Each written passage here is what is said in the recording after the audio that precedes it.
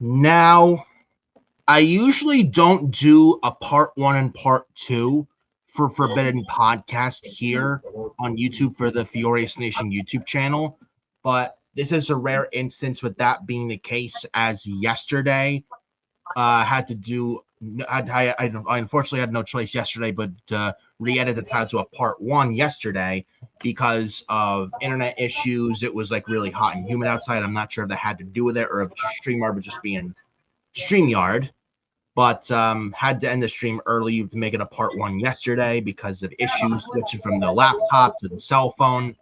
But thankfully, this doesn't look like to be the case. 82 out, not as hot as yesterday, but humid, not as hot, not as humid as it was yesterday. But in a rare instance, part 1 and here part 2 for Forbidden Podcast here on YouTube via FioriousNation from yours truly and this guy right here. But ladies and gentlemen, welcome to Forbidden Podcast here on FioriousNation on YouTube.com. It is Friday, June 12th of 2026. I am co-host of Forbidden Podcast number 1, Nick Fiore, FioriousNation. I got co-host number 2 next to me on my right, Adam Carl. How are we doing, Adam Carl? And how are you feeling today? And man, am I pumped today? I'm sure you are too. We got quite some stuff to talk about. Talked about the little chunks yesterday. Saved the big chunks for part 2 here today. Bro, the $1 million question, how are we doing today, brother? I'm doing good, man. Doing good. I mean, I know last night I was supposed to be there. That's that too. Obviously, you know, I had some exam. I needed a rest. Yeah, that's so. too. So, I mean, I want to apologize for not saying it in advance, obviously. You know, not to worry at all. Stuff happens, and it probably wasn't a good day with yesterday anyway because of the technical issues and just because it's like my internet went down, kicked me out of the stream. I had to switch from the phone to laptop. It was a pain in the ass to the point where it was like, you know what, I can't do it. So I just lost patience. I was like, you know what, I had to end the stream early. I had no choice to because of StreamYard being StreamYard. I don't know what the hell happened, but it was just one of those maybe rare. Danhausen cursed you. Maybe, yeah, maybe. Well, yeah, I didn't even think of that. Maybe Danhausen all of a sudden said, FioriousNation and Forbidden Podcast. Who are you guys to call yourselves forbidden? Because now you are cursed. Yeah. Who knows? Or maybe, well, I guess he was the exception. Yeah, or maybe not the Boogeyman, Leo Rush, or the Sandman.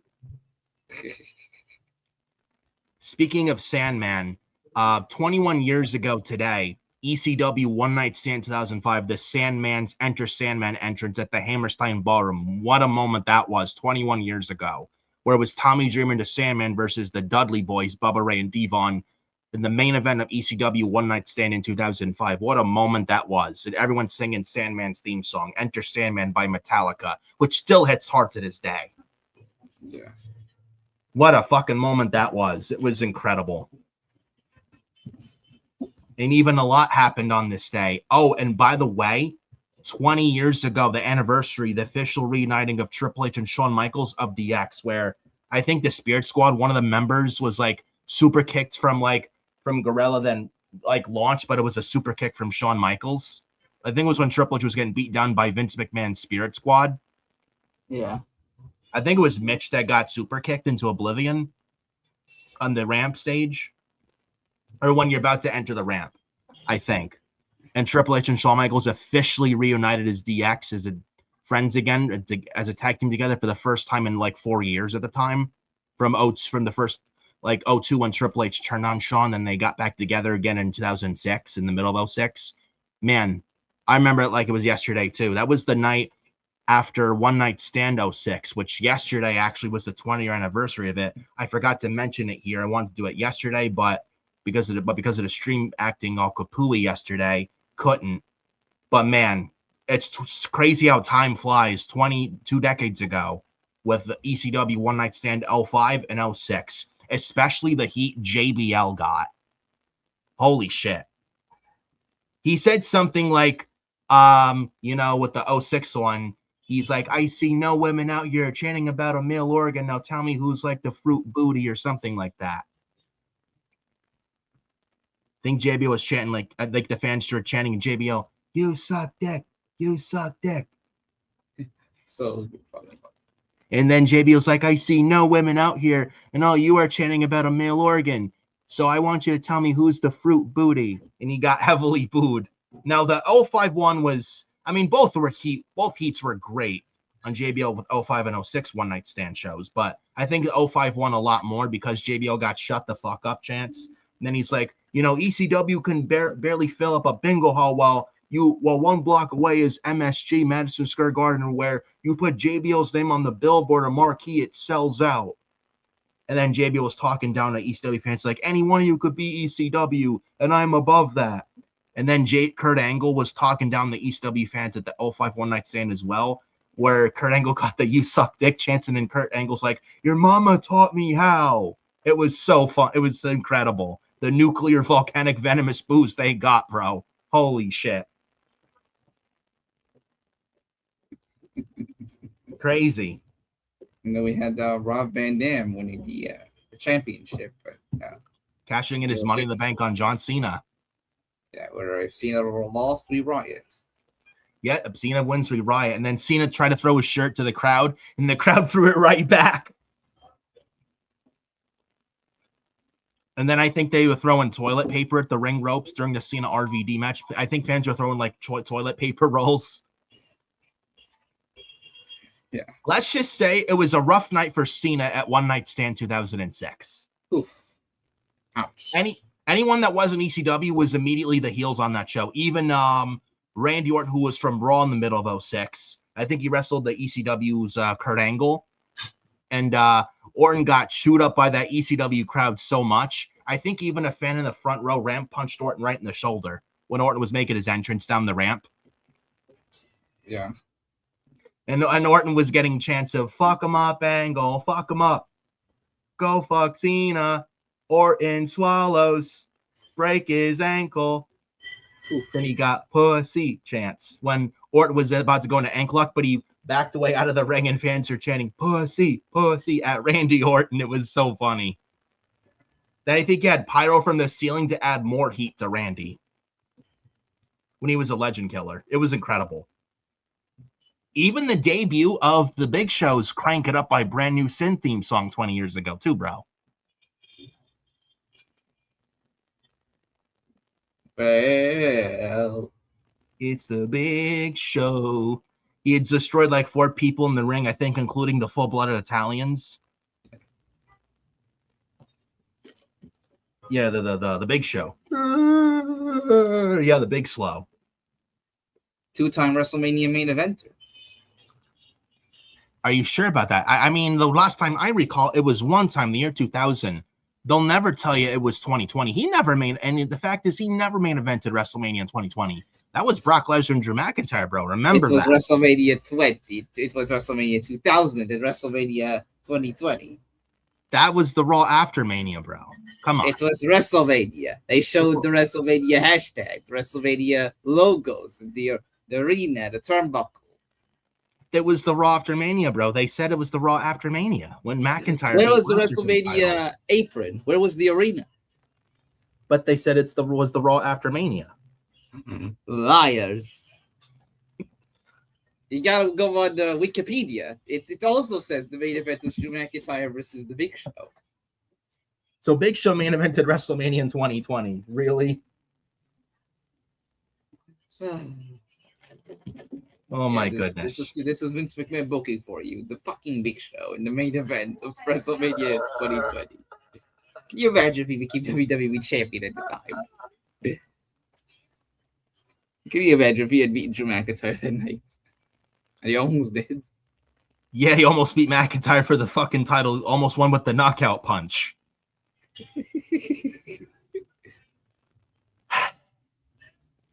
But yeah. And anyways, enough of me rambling on. Then the 07 draft / Vince McMahon appreciation night, where Vince McMahon exploded in a limo and the death of Mr. McMahon. Yes, because they would book an actual death on live television. That would never happen. That was the 07 draft where people got drafted to Raw, SmackDown, and ECW. You think Vince McMahon would? You think they would actually film a segment with somebody dying on a limo for real? Of course, it was. What do you call special effects? He wasn't even in the limo. Yeah. Yeah, he wasn't even inside the limo itself. They just filmed it. You know, they edited it to make it seem like he died. Yeah. But my goodness. But yeah, then Paul London was in the background as well. Yeah, smiling. Yeah. Former WWE wrestler and tag team wrestler with Brian Kendrick, Paul London. I still want to know what he was smiling. Well, he didn't like Vince McMahon, that's for damn sure. I bet Vince blew a gasket. Yeah, Paul London was not a big fan of Vince whatsoever, bro. He still's not, which I can't blame him for. But he had the draft. I think he had like Great Khali go to SmackDown. He had Mr. Kennedy and Bobby Lashley and King Booker and Snitsky go to Raw. SmackDown got like Chris Masters, Tori Wilson, and Ric Flair. ECW got Chris Benoit and the Boogeyman. They also had SmackDown also got the Great Khali. Which this means that you can blame the 07 draft why the Great Khali became World Heavyweight Champion. My goodness. After he just lost to John Cena twice, won in a Falls Count Anywhere match. Yeah, I see why you don't like the draft. They made Khali the world champion. If he stayed on Raw, he would have never been WWE champion. Well, that's true, but then he had the fucking Boogeyman with the worms go to ECW. That's what they thought of ECW, folks. The fucking Boogeyman being drafted there. Dude, they had some like dual, like tri-branded Battle Royal for 2 draft picks that night as well, where ECW didn't even stand a chance. They dismantled them in that Battle Royal like that. They stood 0 chance. Yeah. Man, Vince really didn't give a shit about ECW. You know? Talk about taking a real good piss on ECW. I mean, he even drafted then ECW champion Bobby Lashley to Raw when Lashley was champion. They drafted the only champion of ECW to the Raw brand and left him with no champion. Yeah. And then they stripped him of the championship. But the 08 draft, when Kane was ECW champion, drafted from ECW to Raw, they didn't strip him of his championship. Yeah, make it make sense. Again, Vince didn't give 2 fucks about ECW. This is the perfect case in point. But then again, that was Vince McMahon in a nutshell. But anyways, enough of me rambling on. We're gonna get into the news, rumors, the shows of the past week. Hit the like on the video. First things first, hit the like on the video, but greatly appreciated in the YouTube algorithm. And hit that bell for all notifications when you do subscribe to the FioriousNation as well. Helps the YouTube algorithm and the support and the support and all is greatly appreciated. Without you guys, I'm not doing what I am doing today, and I got to thank each and every one of you, and I thank you tremendously for all that and the great support. Follow me on X, FioriNick579, as you can see on the bottom left-hand corner.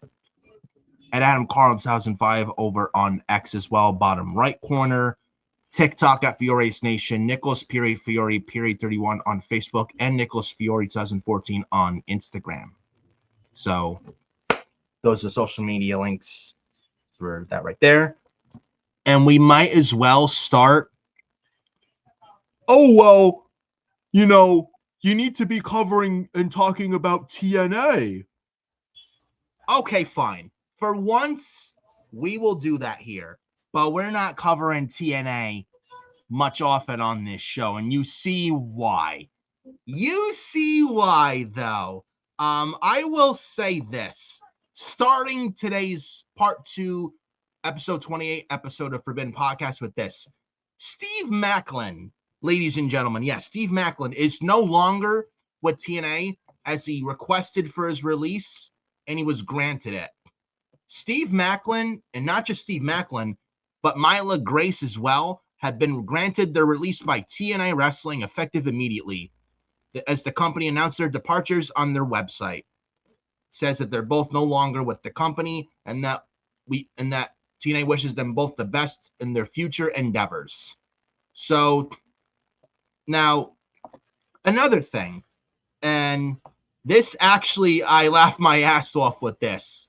Now, this is according to, hold on, let me, I don't know why this is popping up. Here we go.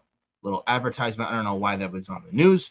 But anyways, so Steve Maclin confirmed his exit from TNA, and he said it was his own call. It was his decision. Now, it said after TNA announced their releases of Maclin and Myla that the former TNA World Champion Steve Maclin, he went on X and made it clear that he asked to leave, and he teased what was next to come. Quote, "Last week, I requested my release from TNA. I put my blood, sweat, and tears into everything I've done over the last 5 years, and I'll always be thankful for my time there. But now it's time to stack bodies. See you soon." Then signing off with a whiskey glass emoji. Maclin spent 5 years with TNA after signing in 2021. The former WWE talent who wrestled as Steve Cutler from 2014 to 2021 went on to become a one-time TNA World Champion in 2023 and two-time TNA International Champion. In January, Maclin was written off television through the Feast or Fired stipulation. Man, what a horrible stipulation that was, bro. The Feast or Fired. Yeah. Then returned to feud with TNA World Champion Mike Santana, who is rumored to be a free agent at the end of the summer and very, very likely WWE bound, no questions asked. So they lost Steve Maclin, Myla Grace. They're going to lose Mike Santana, and they're going to lose Leon Slater, by the way, as well this summer. That's 4 names TNA loses. 4 names gone from TNA. Yeah. And it says he was reinstated was Steve Maclin in March, suffered a legitimate injury scare in his title match against Santana at Sacrifice, who was cleared of a concussion, and was in contract negotiations without a signed deal. He lost to Santana again in May on an episode of Impact as well. Then recently it says that Maclin was shown on camera yelling at TNA president Carlos Silva at ringside, telling him to, quote, and this is where I laugh at this, quote, to Carlos Silva from Steve Maclin to Carlos Silva, quote, sit back in your cuck chair. Ouch. I mean, tell Steve Maclin where he's telling lies, folks. Then Maclin, then it was said Maclin was also not the only one to head out. TNA also released Knockouts talent Myla Grace, and according to Fightful Select, both Maclin and Grace requested their releases. Fightful Select Sean Ross Sapp added that Maclin had been openly frustrated with TNA's creative direction and pay structure, with much of the roster now on short-term deals, and that Maclin had hoped to keep his his departure quiet before the company issued its press release. Maclin's next destination is unconfirmed, as he is married to Deonna Purrazzo, the Virtuosa, currently a champion in Ring of Honor. Yeah, why is Ring of Honor still a thing? I'd love to know. Basically, it's Rampage. It's essentially Rampage, but with the Ring of Honor name. Yeah, Rampage 2.0, pretty much. May as well just name it AEW Ring of Honor. Like, what's the difference? Yeah, there is none. But I have to say one thing here, and this is to remember, folks. You know how we say there's 3 things in life: death, taxes, Vince McMahon still can't stay out of trouble? There's another thing in life. LOL TNA. Point blank, LOL TNA. Death, taxes, and LOL TNA. Do I laugh as usual, or do I cry? Oh, well, you should cover TNA. Nah, I don't think so. TNA always got to do a TNA. Like, how do you allow this to happen? Seriously, one of your most talented people on your roster, that one of those guys that helped carry TNA on their back for half a decade, and this is how you repay them.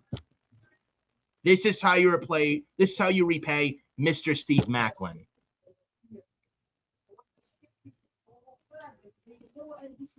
Embarrassing. Like, what the fuck is going on there in TNA? I mean, the creative sucks. They can't pay these fucking people, and they can't pay them on time. And you wonder why these people are leaving. Yet, you'll see $0 defend TNA on X. Oh, TNA is great. You're just a hater on TNA. TNA is awesome. TNA is great. You're just a hater if you criticize TNA. Bro, they just had their knockout champion lose to Mr. Elegance. I seen that, by the way. Oh, TNA's not that. And you're a hater. Well, last night it was great. You know, just TNA's not that ever since AEW.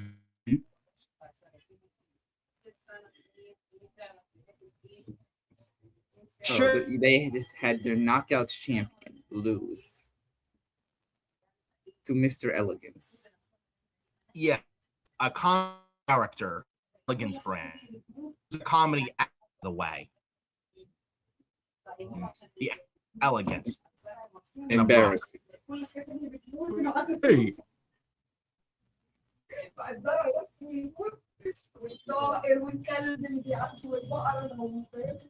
They're great. They suck. They're awful.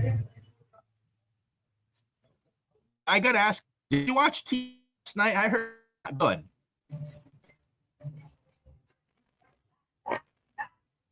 Maybe it was. I don't know. It was just. Well, let's check the results together. Let's see. And the clowns cover TNA. Let's see. Mike Santana defeated Eric Young. Okay. Maybe that was a good match. Maybe. Okay. Mr. Elegance defeated Elijah. I'm not making this up. On, please.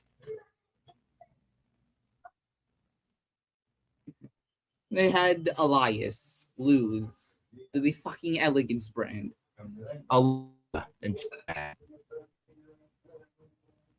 I see what TNA is in ever since. They had Cedric Alexander and Eddie Edwards. They defeated Fabian Eichner, that is the former Giovanni Vinci, and Leon Slater. I heard that one was good too. Okay. And we like Eichner. Vinci, man. Yeah, maybe I guess this episode wasn't that bad. I mean, if they had Mara Shade, Rosemary, and Ali defeating the Elegance brand.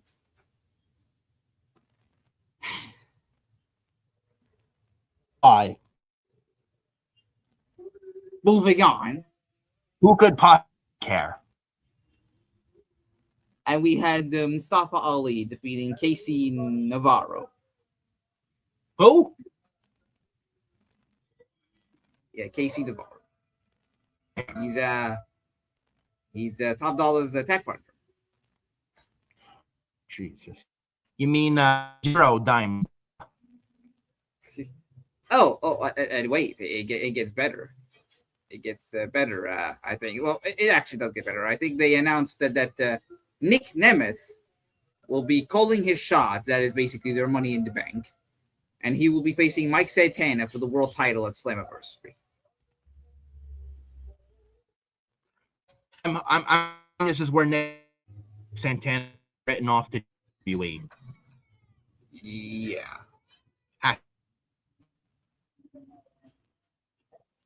Oh, there was a backstage segment, actually. There was a backstage segment where Ricky Sosa, Bang Bang, he was attacked backstage by Eric Young. Yeah. So I guess they're going to do a Ricky versus Eric Young match. Okay. And it's happening at Slammiversary.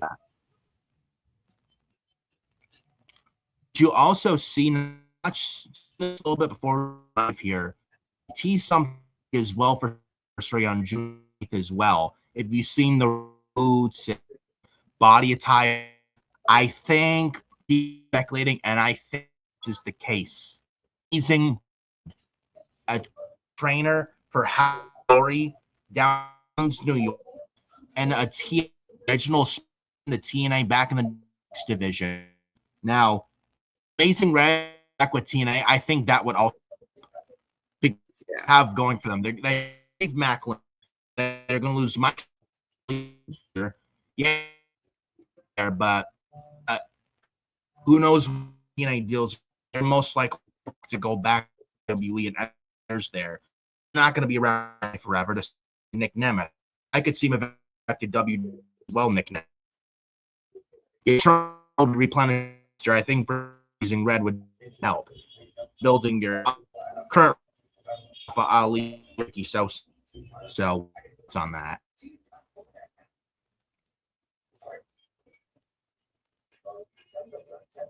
Yeah, I definitely agree there.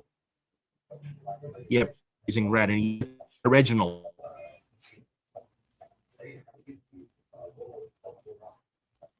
Guy Sam trained Monet, Sasha Banks.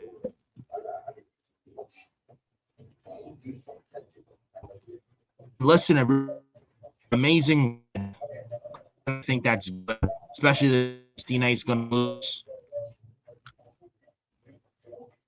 And they're not where they need to be. Ever since AMC, they've been good. I'm sorry. Oh, well, give watch TNA. I know when you buy. I mean, what's worse? TNA, WA.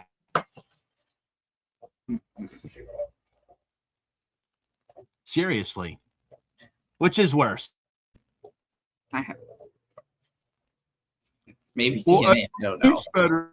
NXT is better than TNA. That's not saying. Yeah. MLW is better than TNA at this point. Yeah, MLW better, and that's a problem. Goodness. But what's on this whole Maclin situation? Move on to the.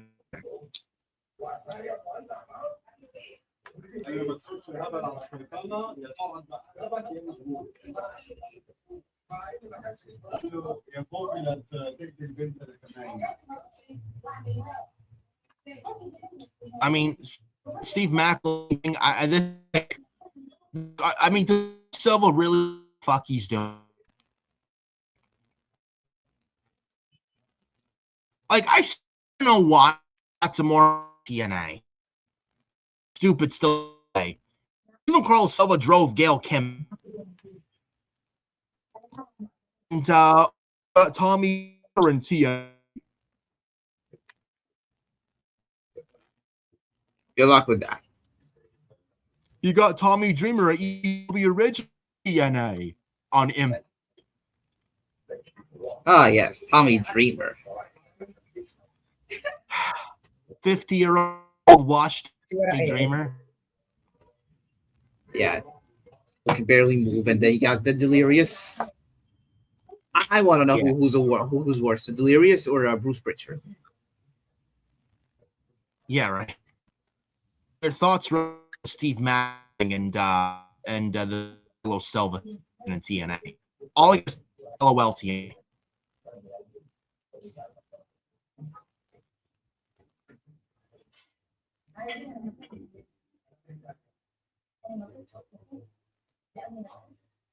I'm sure you is like ridiculous Maclin situation. Yeah. I mean, I don't know what's going on with TNA, but my God, like, how do you let these guys go? Like Steve Maclin is one of your most talented guys, one of the most loyal guys, and this is what you do with him. Thank you. Like, what a ace. Yeah, like was he also world champion? He was world champion. The thanks they really know what they're doing. Like, they can't pay these people or these people or pay time. People on that are getting the fuck out. You see why? Oh, but Alistair Black, TNA, Selena Vega. I think that would be good, especially if they're losing Montana. AEW, they lost in the shuffle, in my opinion. But if TNA, it's great. Can TNA even them at this point?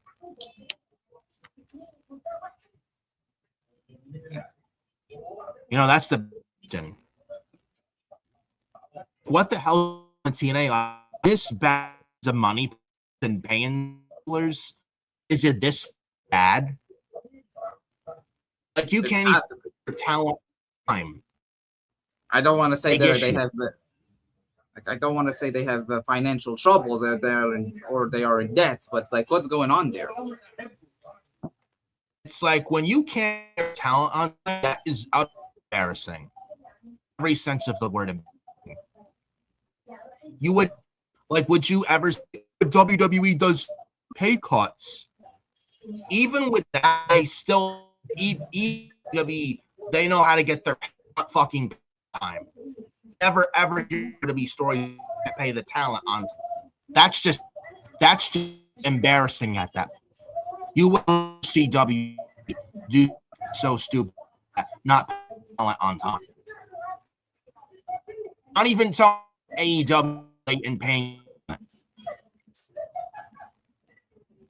Like, it's a big problem that you pay your on time. You can't pay on time. I'm sorry? It's important to pay these people. They're under contract with you. Yeah. Like, you're able to keep the Hardys, so you can't do the same to your talent. What the fuck's going on? Carl drove him away. Actually cared about knockouts division. Carlos Silva, fuck? Like Gail Kim?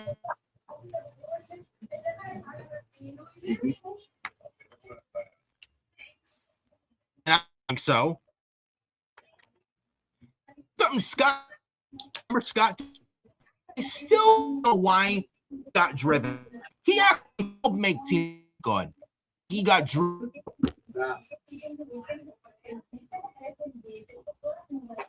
Still a question that is still on it.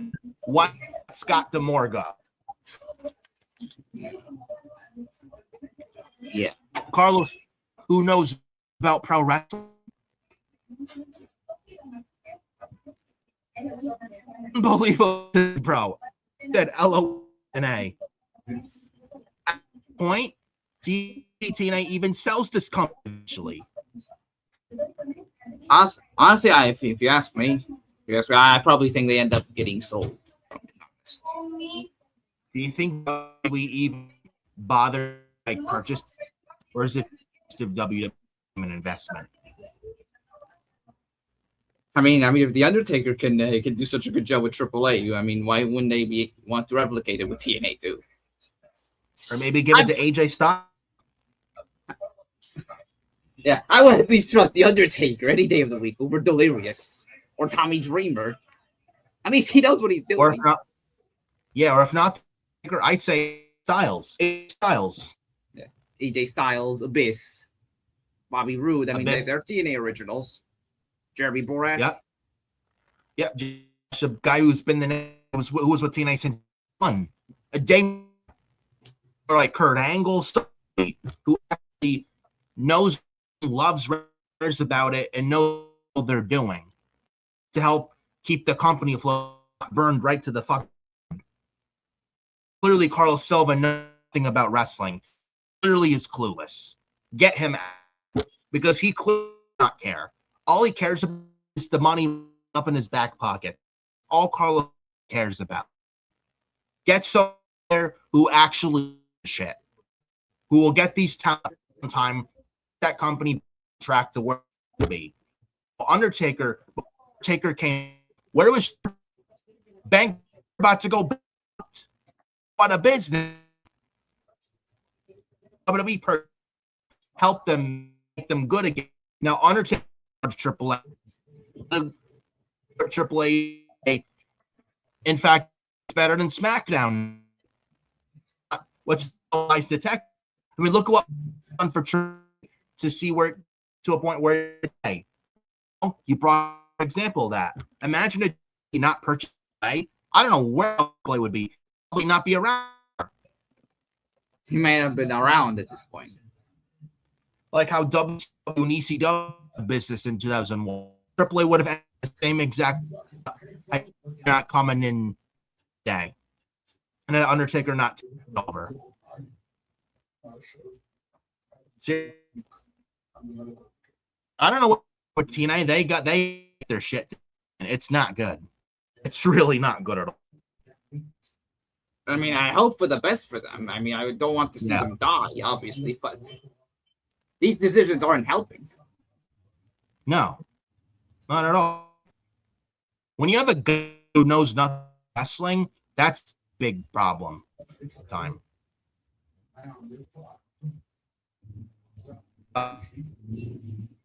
TNA, other news mentioned about Amazing Red, but I guess that concludes TNA. So it was rare and talk about TNA. Moving on TNA though to AEW talk. What about that Dynamite show Wednesday, bro? It was very exciting. It was very entertaining. Did you love it, bro? It was so exciting, said nobody ever. I was so excited and pumped that I was bored watching. The only good I honestly saw was Swerve and Brody King, where Swerve advanced to the Owen finals to meet Will Ospreay at Forbidden Door. That was it. Yeah, and that was a good match. Go ahead. That match that was an excellent match. I mean, we love Swerve, we love Brody. Predictable. I mean, there was no way Brody King was going to the finals. No. But still a good match. And he got at least a headline to show. Like, at least he's on TV every week. Yeah. Forbidden Door. Forbidden Door. Forbidden Door. Yeah, about look at the card. So Forbidden Door. Oh, Forbidden Door. Yeah, Maya. Forbidden Door. Word we came up with, bro. Forbidden Door, but nothing screams Forbidden Door like the main event of Forbidden Door being mostly AEW talent. The not Door. Yeah, for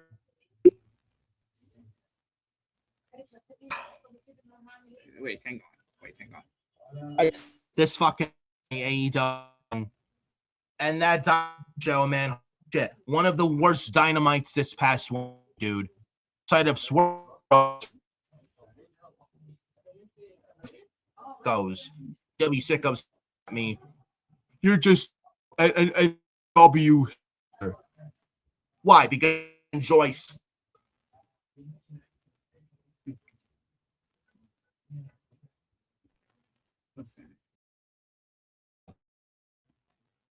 Oh, Adam Carl calls out this.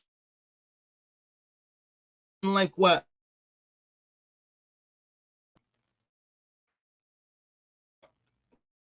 God.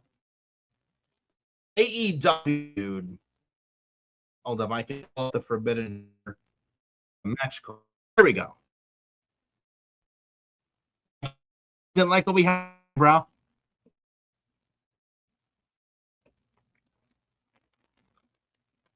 Hello? I am back now.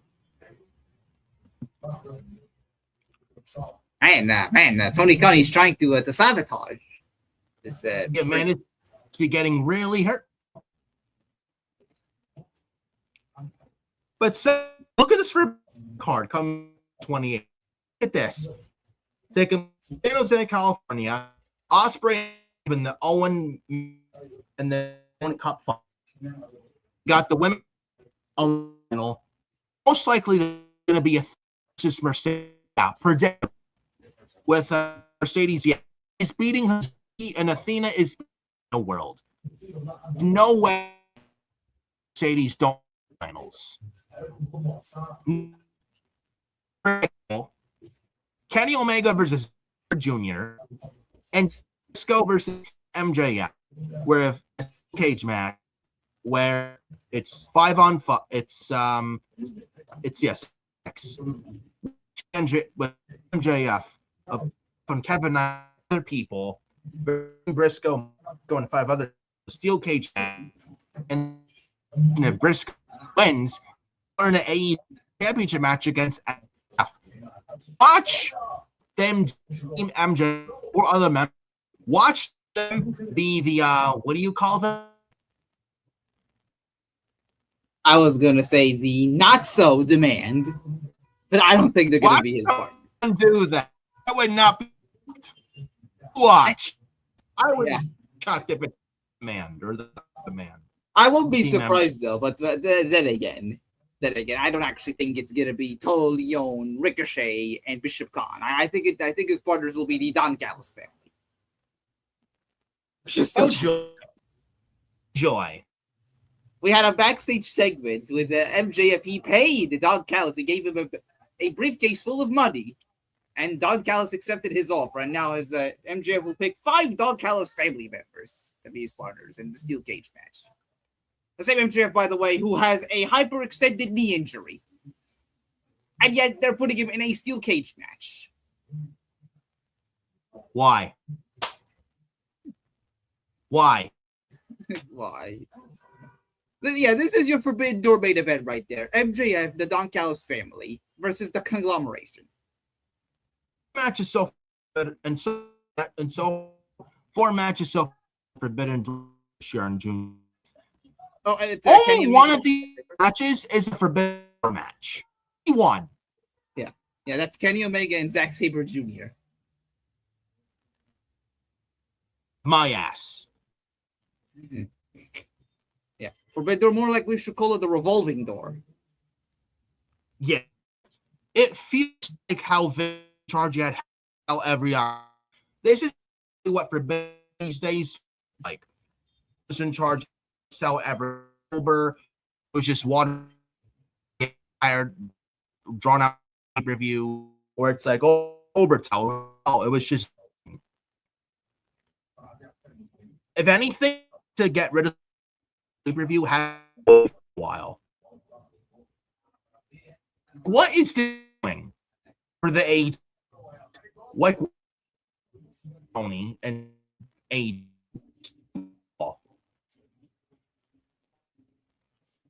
You could AEW that's taking July. You could add the end of June and give like a month and a half all in from. Why do we get indoor? Feels like a filler pay-per-view, to be honest. Outside of the Owens. I things worth investing in this pay-per-view. The men's Owen Cup or the women's. Why is this on the calendar. I don't get it. I don't understand this. Like you could literally put any of these matches on Dynamite. You could literally put any of these matches on Collision. Especially this match with Team MJF and Levesque. Why?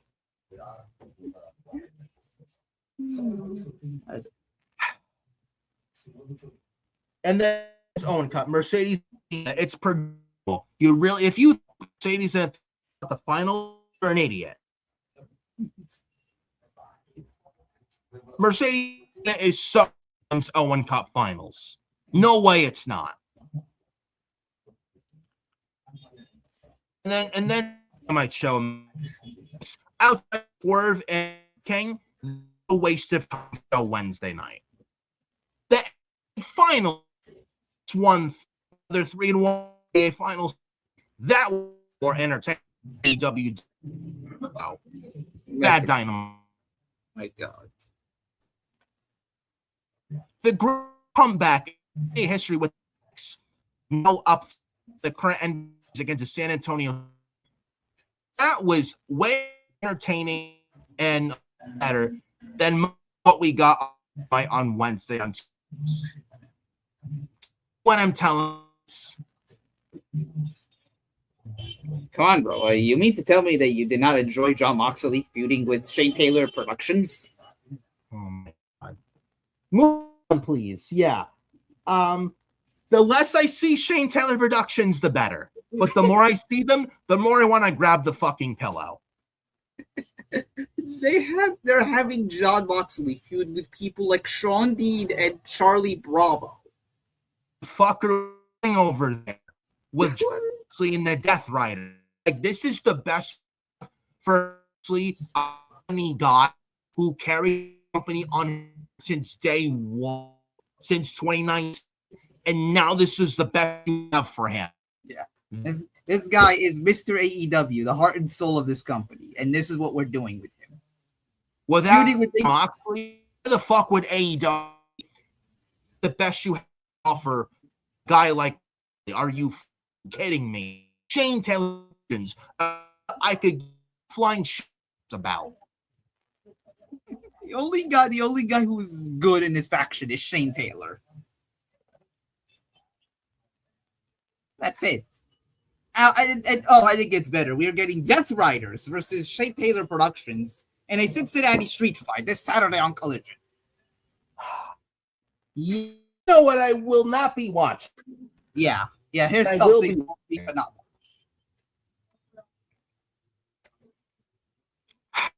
This is the best we got for Jon Moxley, ladies and gentlemen. The way he's facing the Ring of Honor Saturday night is the NBA Final 5, by the way. Yeah. Who would you rather watch, the NBA Finals or Shea Taylor Productions? And having to see Jon Moxley having to sell to a bunch of geeks. Yeah, or like Plumber and every week Moxley bleeds, or they do. I mean, I don't mind Moxley bleeding in a match, but use it and do it every fuck. That doesn't get the blood bleeding in a match. That does special. Watch them do that. I'd be in fairness to do that. In fairness to Mox, he hasn't bled in a while. It's been like, what, a year? He doesn't do it. I mean, he hasn't done that stuff. But it's like in match on Dynamite almost every week. Yeah. And it gets better. Wheeler useless in the match. Garcia and useless. It's only Garcia. There's no difference with him and useless. There's no difference. Yeah. It gets better. It gets better. We had on Dynamite. Listen to this.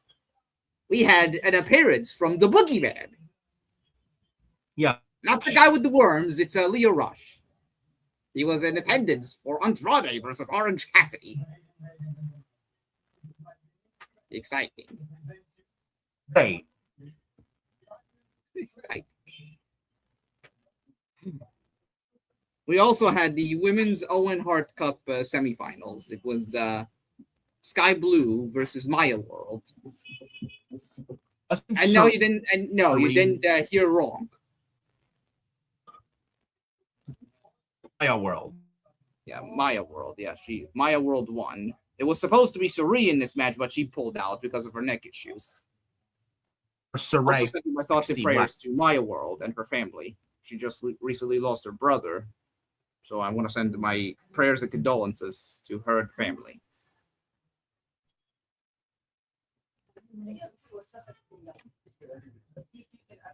World.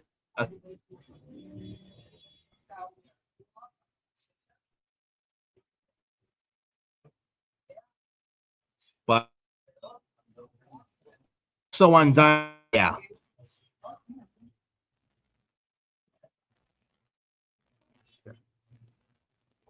Oh, also on Dynamite, bro, Chris Jericho and Tommy Ciampa.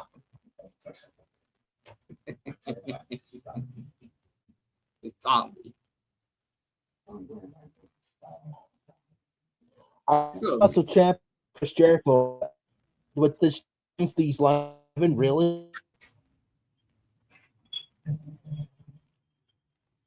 Best we have Jericho is you bring for this when the guy comes back to W this year.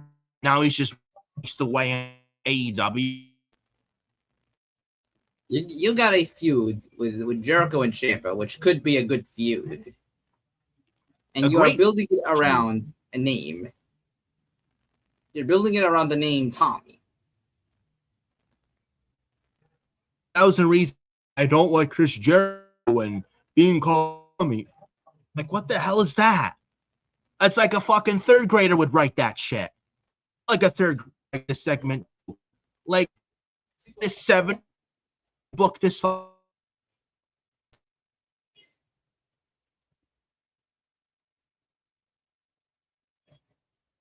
What's going on there in AEW? Did Tony Khan rip up the script that he's rewriting the show by himself? Or was it like Washington that put this crap shit in the back? Who knows? Mike, Dynamite was a waste of Wednesday. It's terrible.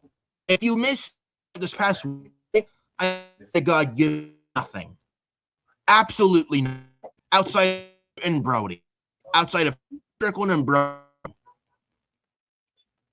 Yeah, that's the only match you should tune in for. Everything else you skip. Yep. Terrible fucking show. Terrible. Terrible. Speak terrible, and I'll stick with it. Talk a little. Yeah. I've seen news about Road pretty much saying WWE was underestimated. AEW stronger scenes. Said Dogg. Road Dogg. Good old Brimes. Mr. You did. That's better call somebody. Yeah, the same Road Dogg who apparently Tony Khan does not like. Pretty much begged for years ago to Tony Khan, and Tony even still. Tony Khan didn't bring him in. You why? Tony's not. He knew what Road was doing. Tony brought. Look what they did on the SmackDown. Literally. Same thing. Bringing Road to reunite Billy Gunn. Outlaws. Fuck no. No. This is 1990 anymore. 2020. We need Outlaws anywhere near W. The fuck wants to see that? Over the new AEW Tag Division Gun Club. I have zero interest in that. Zero. Nobody wants to speak this.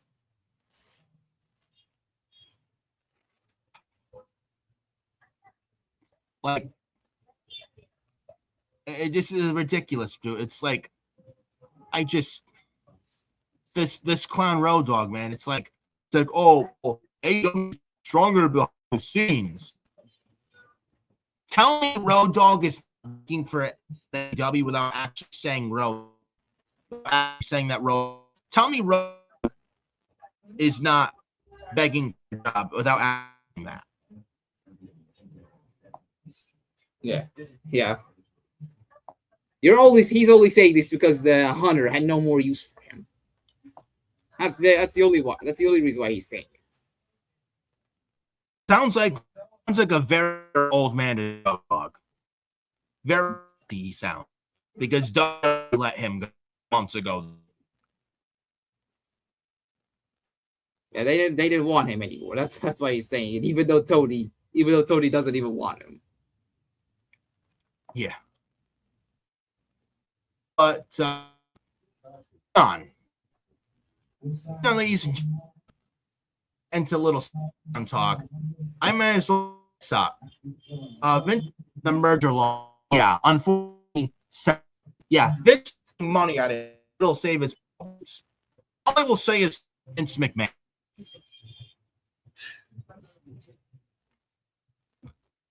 But then Vince will never. He's wrong. Somebody else. It's never his, right?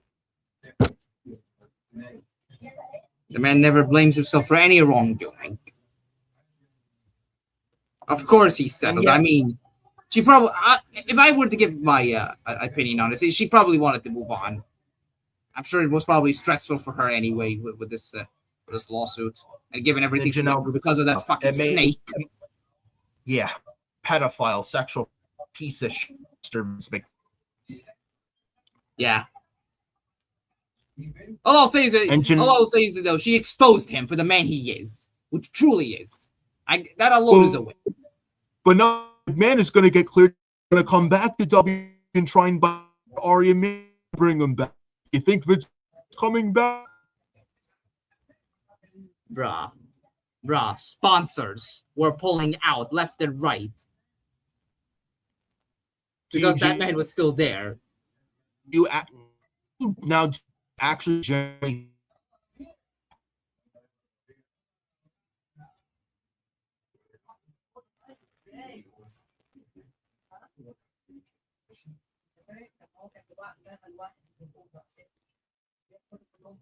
because Vince is probably clear this stuff. Do you or Emmanuel Puro bringing him back now?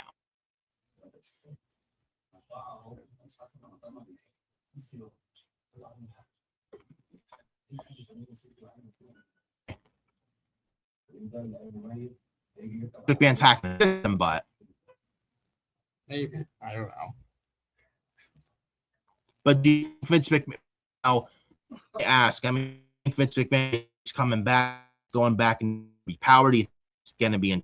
And do you think he's more back? He come back? He coming back?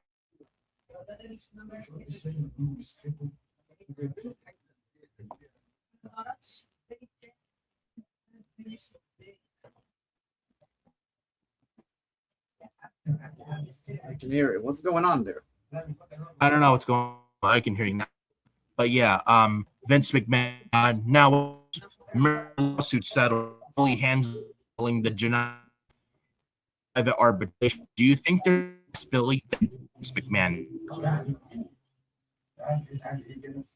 Let's be real here. Vince is never gonna come back. Sponsor Slim Jim pulled out because this man was still there.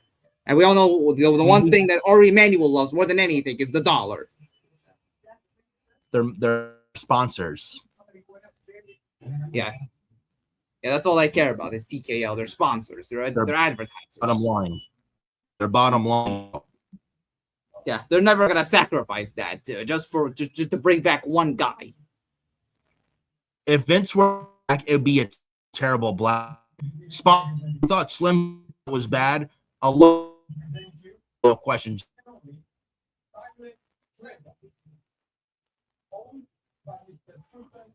I don't think he's back. No, he's not coming. It's a shareholder, but he doesn't have voting power. He's a border WWE cover they anymore. He's maybe a shareholder. It's like not much, and he has no voting power. So I don't think he's coming back. You don't think he's there, possibly, or Vince gets play back in? The only way that this company ever acknowledges this man again is when he dies. I don't wish death on anyone, but that's the only way. It still feel like, well, I know this like just had it, but Bruce still there. Michael Hayes last year, well, I will, as long as McMahon, Stu, like Bruce, Michael Hayes, and that they're still there. I don't think they're gonna change unless people Bruce and Hayes and Ski gone. If you get Hayes and Ski, I think the point we can is not back and Vince isn't there anymore. Vince McMahon, I push death on any, but everyone's seeing that pipe. It's actually at the end of the 15 years, CM Punk first pipe bomb. He said, "You know, I don't think that the company WWE will be better after McMahon is dead." Those words could not. Those words are still strong to this day, 50 years later. Yeah.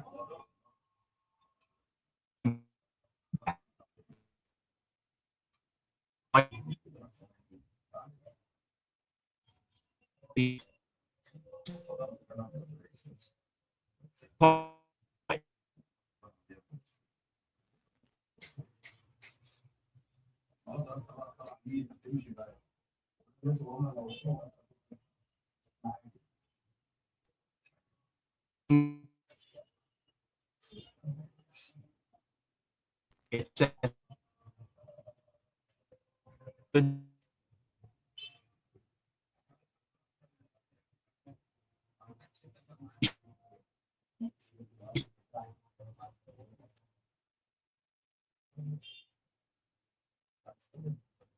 What the hell? I don't know what's going on there, but well, I guess I should continue, or do I wait?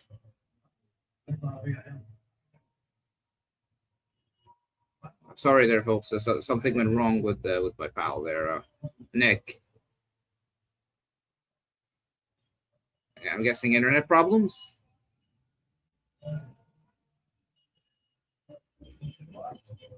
Well, I'll just wait.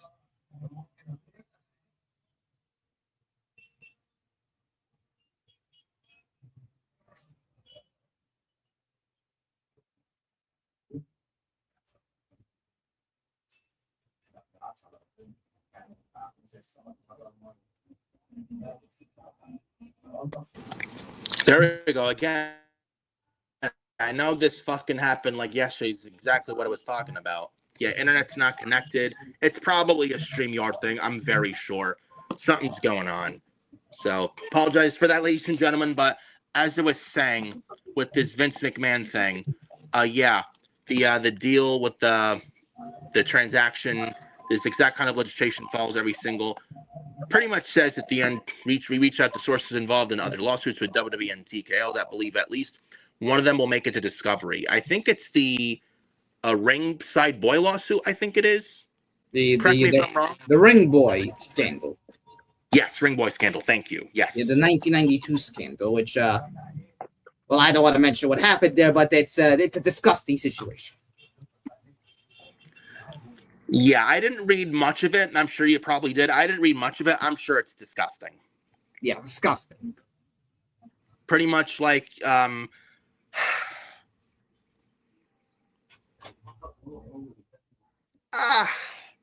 about that. Yeah, I don't know if you've read any pages, but yeah, I believe you when you say that. Pretty much like harassing ringside crew or something like that. Harassing minors, having their way with them. Yeah, Ring Boy, the guys who are setting up the ring. Yes. Backstage, and all that stuff. Yep.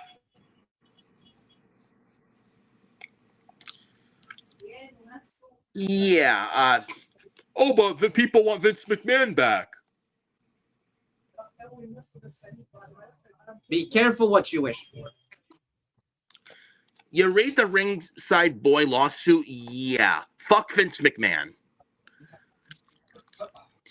And your thoughts on the source close to McMahon regarding the shareholders lawsuit, that this exact kind of legislation follows every single transaction involving a public company.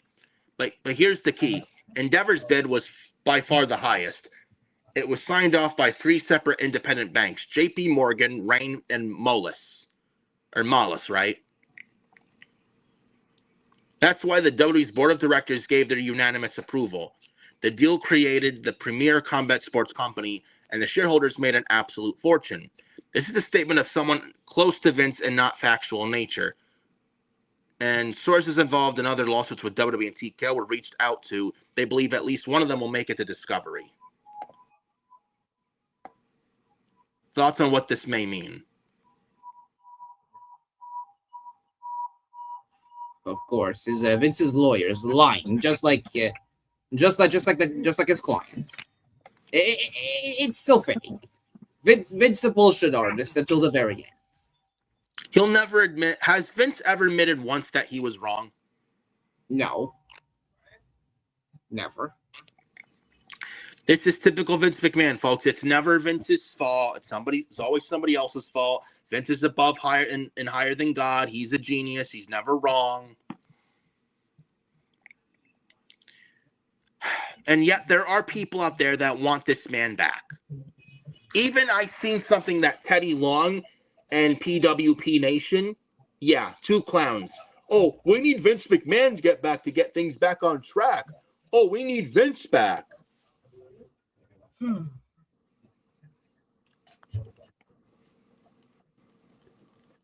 God, yeah. I swear. The schlong so much. They have so much Vince McMahon schlong in their mouth, dude. I tell you. Yeah. Like, they will do anything to defend this man. I kid you not. They will do whatever it takes to defend this pedophile Vince until the very death of them. They will do anything to defend Vince until they have no other breathing ounce of their body left. Until they can't fucking breathe anymore. Like, a bunch of Vince McMahon apologists, it sickens me. To no end, it sickens me. Disgusting. And you know, the merger lawsuit, had this gone to trial, Vince and company were going to lose the lawsuit. So, of course, Vince throws money at it to save and cover his ass. Typical Vince McMahon and these billionaires. To try and throw money at it and thinking everything will feel better once you throw money at it. Typical Vince McMahon, and fuck him, Vince McMahon. He can throw any money at any situation. It's not going to lead to him returning. No matter how hard he even tries to try. Yeah. And I think even I've seen something on X. I think if I can pull this up, it's there. Just have to find it. It's hold on, if I can find it. If I can find it, here we go. It's here. Oh, right here. This merger lawsuit. Oh, here we go. It's from Brandon Thurston. No, not Brand. Oh, Brandon Thurston says that about the think of the Janelle Grant. Brandon Thurston, 19 hours ago, tweets, the case moves to apparently continue in a private setting rather than a public one. This isn't a settlement. The Ring Boy lawsuit is ongoing in federal court in Maryland. Vince, Linda, and WWE/TKO are defendants. Only the merger lawsuit is settled in principle. In parentheses, in principle. And then one guy, Michael James, says, Vince isn't in fucking trouble because of the suit. Linda is the Secretary of Education, for fuck's sakes. I think he tried to argue with Solomonster. Shout out to Solomonster, by the way. And then Solomonster called this clown out on his bullshit, saying, it's a civil suit, you dolt. Good on Jason Solomon. He's a fucking beast. Shout out to Solomonster, by the way. And good on Solomonster for putting this clown in his place.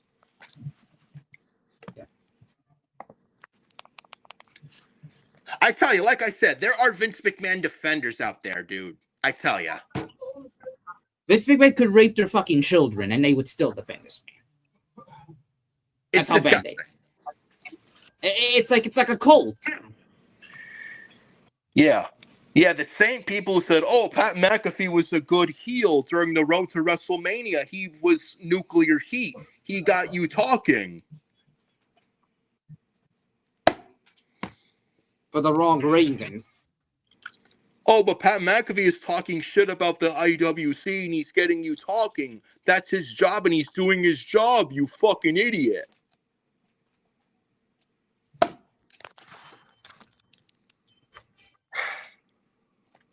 I tell you, I swear to God, bro, these people just do anything to defend Vince McMahon and WWE and TKO. They'll do anything to defend this company.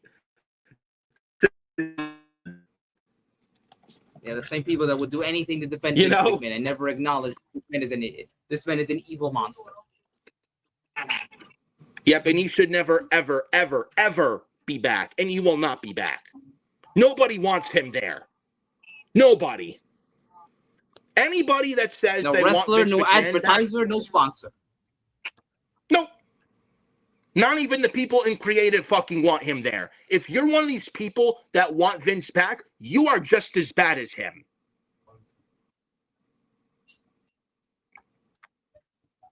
And I mean that wholeheartedly. If you want Vince McMahon back, you should be nowhere near pro wrestling and you should consider finding a different fucking hobby. Because you do not care about pro wrestling. Fuck Vince McMahon. In every sense of the word. I hope he never comes back.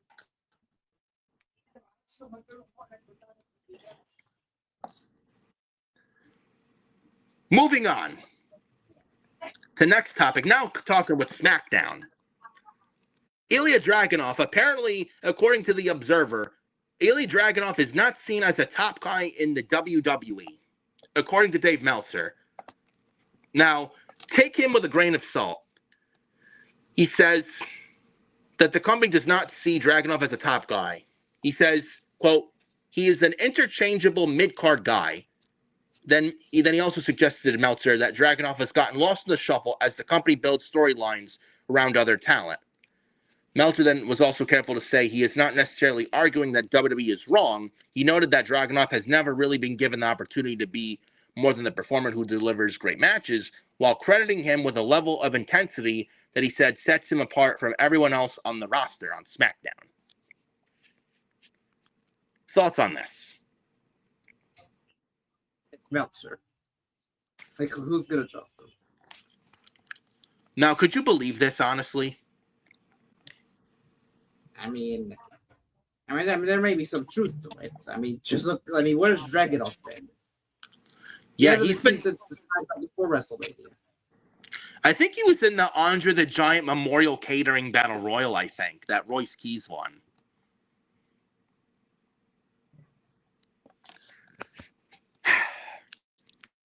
Yeah, yeah. It's Meltzer. Like that. I think take it with a grain of salt. Yeah, but we need to get Dragunov back on TV. I don't know what they're doing, but we need him back. You know, SmackDown can use it right now. You know, SmackDown's going back to 2 hours that for at least the rest of the year until I come beginning of July, right? With SmackDown going back to 2 hours, then I think they're going to need guys like Dragunov, and SmackDown's going to need all the help they can get. Honestly, like you have, and SmackDown can get it done. They have a talented roster, even after April 2026 releases. Before like that or not, they still have a talented roster on Fridays, but the creative, it's all in the creative. You have such a talented roster and they just but the creative is just not good and where it needs to be. Things got to change though on SmackDown and badly and quick. SmackDown is the worst show on television every single week. Where Raw on the main roster, I know it's not saying much, but it's facts, and tell me when I'm telling lies. Raw is better than SmackDown. The comparison with Raw and SmackDown, Raw and SmackDown is night and fucking day. It's not even funny. We got a solid show Monday. Look what they're doing on Raw outside of the Bloodline stuff. which I'm not been enjoying the rehash bloodline, but still.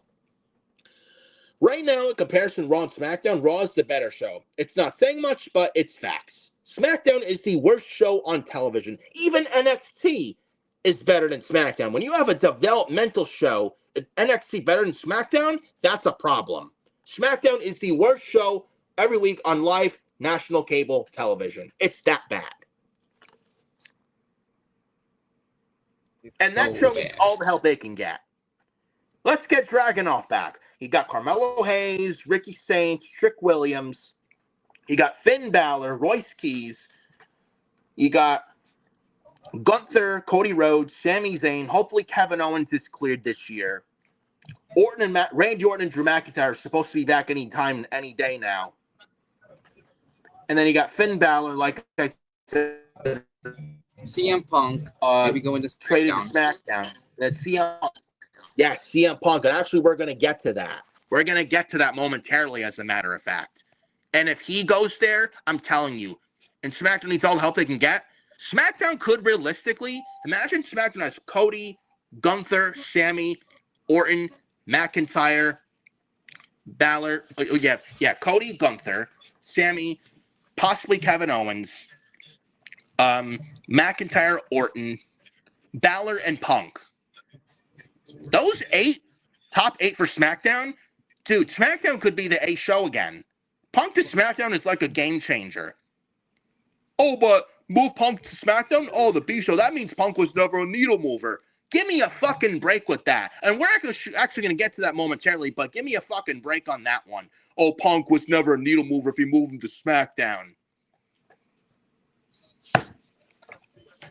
All these excuses. Just look at the fucking roster. It's depleted. SmackDown is fucking terrible. They need all the help they can get. Raw will be fine without him. Yeah. But getting into momentarily, but real quick, this Dragunov talk. I mean, let's get him back on TV. Let's get him back in the U.S. title picture. Let's get him in the upper mid-card. Maybe wrestle Gunther.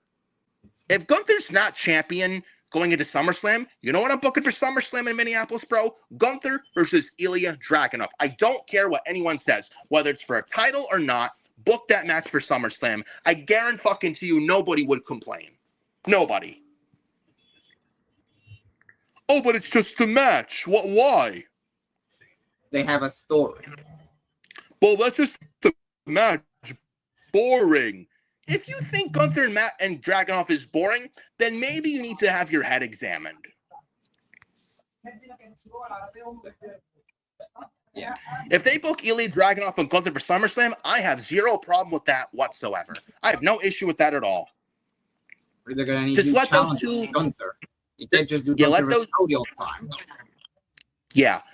You do Gunther and Dragunov at SummerSlam, whether it's for a title or not. Let those two men go like 15, 20 minutes at least and give you a banger match on the second biggest show of the year. And let them steal the show. And don't handcuff them. Don't override them with commercials. And don't cut their match short. And just let them go balls to the walls. Let them go 20 minutes, like go full on steam ahead. Let them fucking just destroy each other and give you a banger match. That's what they need to do. And let's do that for Dragunov and get him back to where he needs to be. Instead of just wasting him away. But we'll see what happens.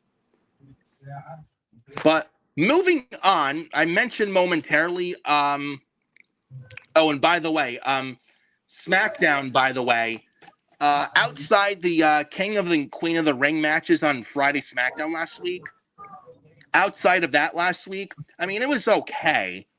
SmackDown was actually okay last week for once, but it's still not where it needs to be.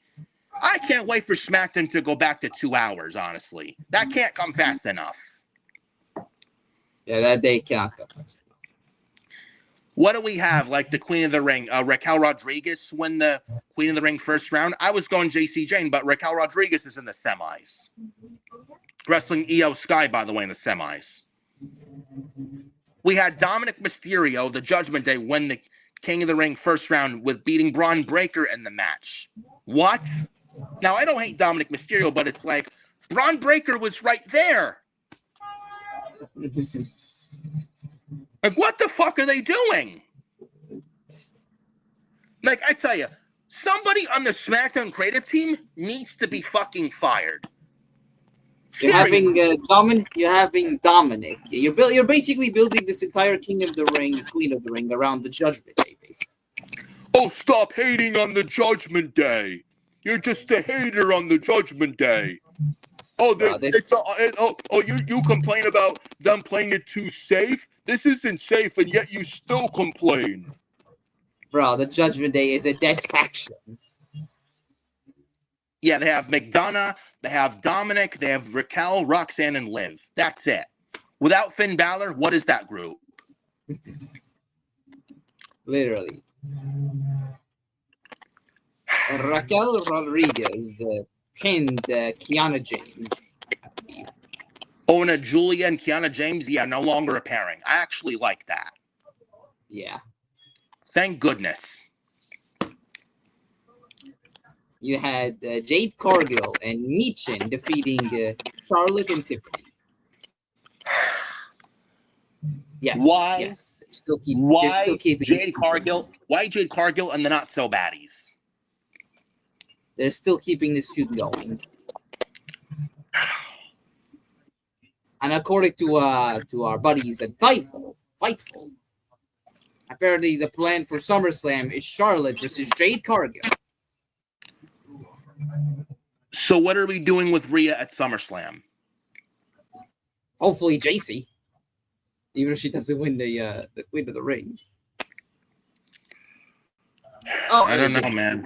We had Ricky Sains versus Carmelo Hayes. Okay. That was a... Yeah, that I have no problem with. Oh, and Chad Gable, by the way, backstage, apologizing to Ray Phoenix. I did see that. Yeah, Chad Gable, the former Gable Americano. Gable Americano is now in the rear view mirror. Gracias for a great run there, Gable. Yes.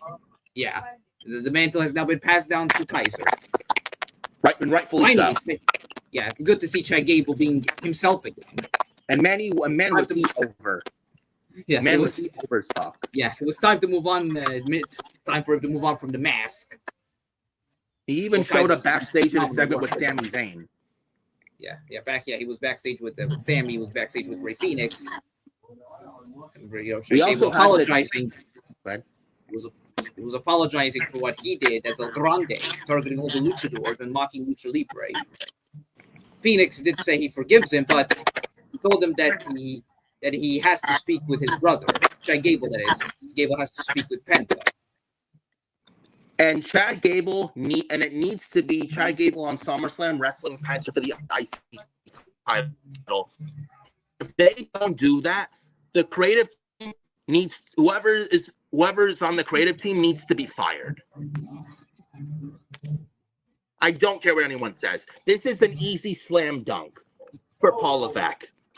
I don't give a shit what Ari says. Oh, well, Paul Levesque, Chad Gable, fuck him. He's not a draw for TKO.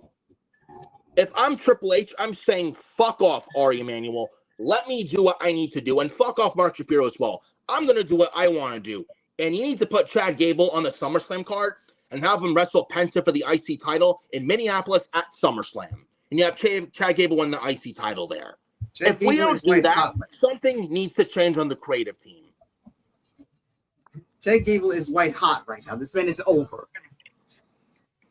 Oh, but it's babyface versus babyface. Chad Gable just turned face. How would that work unless you turn him heel? How the fuck do you do that? Yes, face versus face, heel versus heel. How that makes sense? There's a story, you idiots.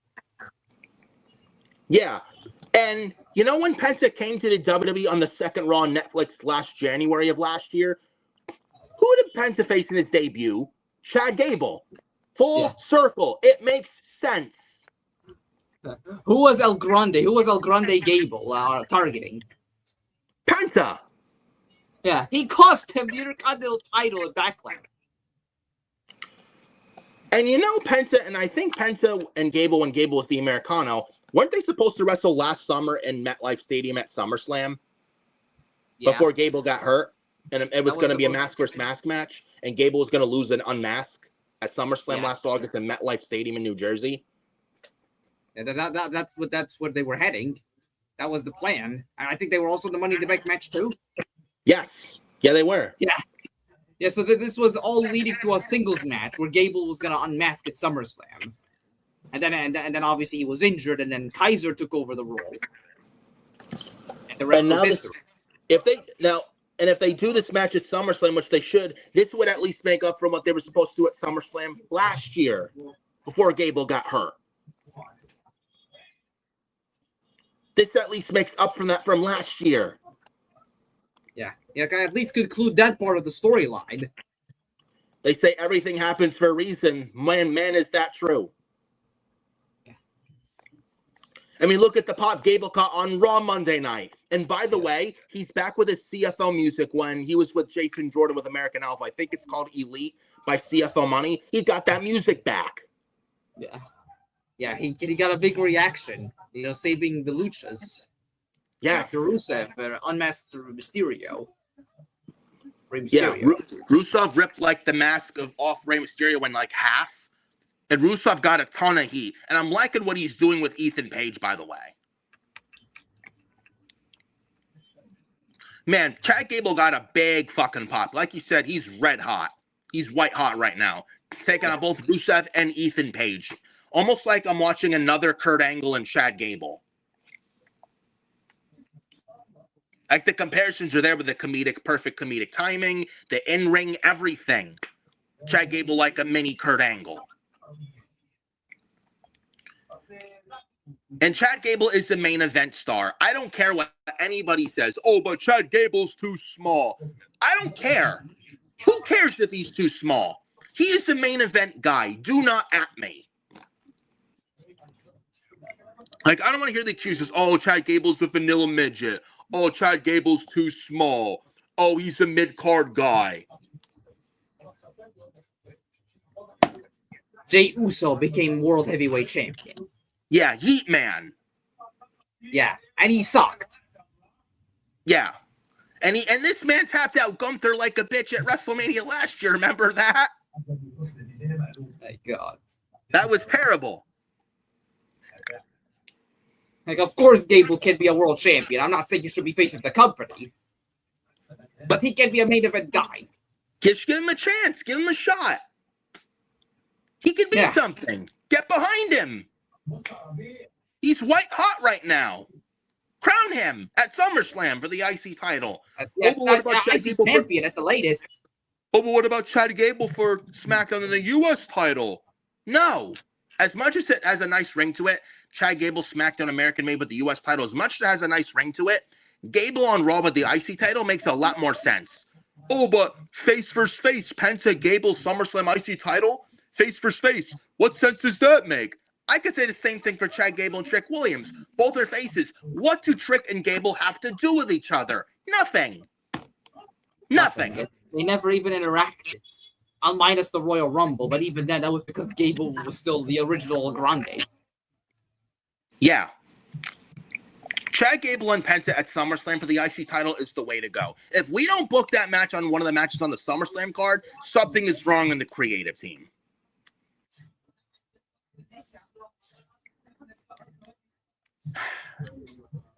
And also on SmackDown Friday, the War Raiders, the new AAA Tag Team Champions. It looks like they're on SmackDown too. Good. SmackDown needs all the help they can get.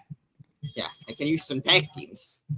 After getting squashed by Oba Femi on Raw weeks ago, remember that? And that was the last time we saw them on main roster TV ever after that.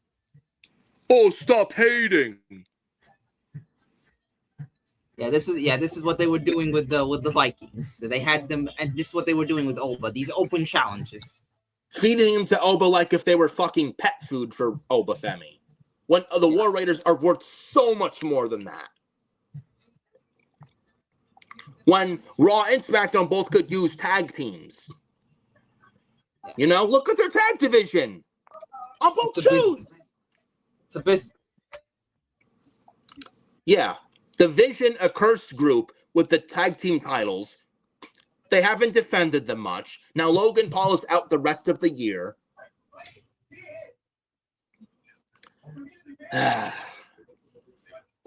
But yeah, also on the show, what else was there? Sami Zayn, Cody Rhodes, and Gunther. I would say fuck it, give Sami Zayn the championship. Never mind Gunther. Give Sami the title. He's the most interesting thing on SmackDown these days is Sami Zayn. Like, what else do we have on SmackDown? Gunther getting angry, going on the announce table, standing on top of it, getting all pissed off and angry. Yeah. Didn't we see this before with Kevin Owens 2 years ago and last year going into this year with Drew McIntyre? Rehash, I say? You don't say. We also had the Miz getting electrocuted by Danhausen. Why? This feud is still continuing.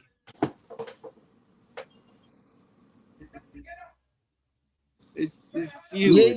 Now you see why SmackDown needs all the help they can fucking get. No wonder CM Punk is coming to SmackDown to help them. No wonder. And no wonder they want to draft him to the show. They could use any excitement right now. Oh, but this was funny and entertaining. I didn't laugh once. Bro, I'll this be is honest, I did not Danhausen laugh versus, once. bro. It's Danhausen versus the Miz. This should have ended already. They had This should have ended at fucking WrestleMania. This should not even been on the fucking Backlash card if you had a fucking what? Danhausen midget? The size of Miz's foot? Yeah, Danhausen midget, the size of Miz's toes, and somehow that midget that defeated Miz in a match, and they still continue this feud. Oh, but the Miz is awesome. Yeah, more like the loser. And didn't you have? And you've tried to tell me. Well, this is true. What you say, just like last year, and still now this year, the Miz has lost 100% of his matches. Kit Wilson has more wins this year than the Miz. Yeah, Kit Wilson. Yeah, when you have him, Nile has more wins this year than the Miz. Ouch. Maxine Dupree has more wins this year than the Miz. Akira Tozawa has more wins this year than fucking Cockroach the Miz. But he's awesome. You see. And we're still continuing this Miz and Danhausen feud. Why? Get this shit off the fucking television. Something new. Yeah, can we get this Miz? Yeah, can we get the Miz and Danhausen shit off the fucking television, please? Yeah. Can we get Danhausen to do something else? Fucking let him have him team up with Damian Priest. Yeah, it's our truth isn't there. I mean, and even Damian Priest is ice cold. I mean, Danhausen himself is over. I mean, his shtick is over. I mean, Priest can use some help. My fucking God. Like, yeah, you see why SmackDown's the worst on television. Perfect example, this Danhausen Miz shit still continuing. You want any more indication why SmackDown's the worst television show every week? There you go. Right there. I can't wait for this SmackDown show to go back to 2 hours. Oh, well, USA Network loves that 3-hour SmackDown format. Fuck what USA Network wants. But they love that third hour. Bro, it's terrible. This show has been terrible for months. It's been 6 months of this, like last year, bro. Just like the first 6 months of last year, now this year. It's been 6 months of 3 hours of SmackDown. 6 months. Feels like 6 years. Yeah. You know something, though? That third hour SmackDown most likely does better than everything else USA Network has on its channel platform. Like, what do they have outside of SmackDown and Braun Strowman's Everything on the Menu show? Like, what does USA Network have that's remotely entertaining? They have fuck all going for them. Yeah, that's like, literally the only reason why SmackDown is 3 hours. They have, like, USA Network, all they have is SmackDown, Everything on the Menu, nothing but reruns of Law and Order, and 911, and Dateline, and Chicago PD, and NCIS. That's all USA Network has. That's all they fucking have.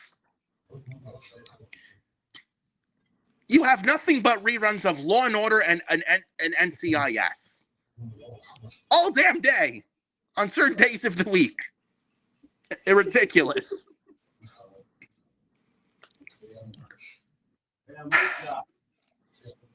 It's unbelievable to me. But that was SmackDown last week. Not bad, but still not where it needs to be. Yeah. But move on Raw. to Raw. Yeah, Raw. It was actually solid, a lot better. We did. What do we have on the show? Penta and Rey Mysterio, obviously. Penta and Rey Mysterio. That was good. Outside of the fucking 7-minute commercial shit, this was good. But why do we need 7 minutes of commercial? Why? TKO gotta get their advertisements there. Yeah, they don't care. As long as they get money, they don't give a shit. Yeah. It's fucking sad. Like, a match like Penta and Rey Mysterio, how dare you give them 7 minutes of commercial to cut some of their time of their match? How fucking dare you? They don't care. TKO doesn't give a shit. It's purely business. No, Mark Shapiro, Ari Emanuel, Nick Khan, they don't care.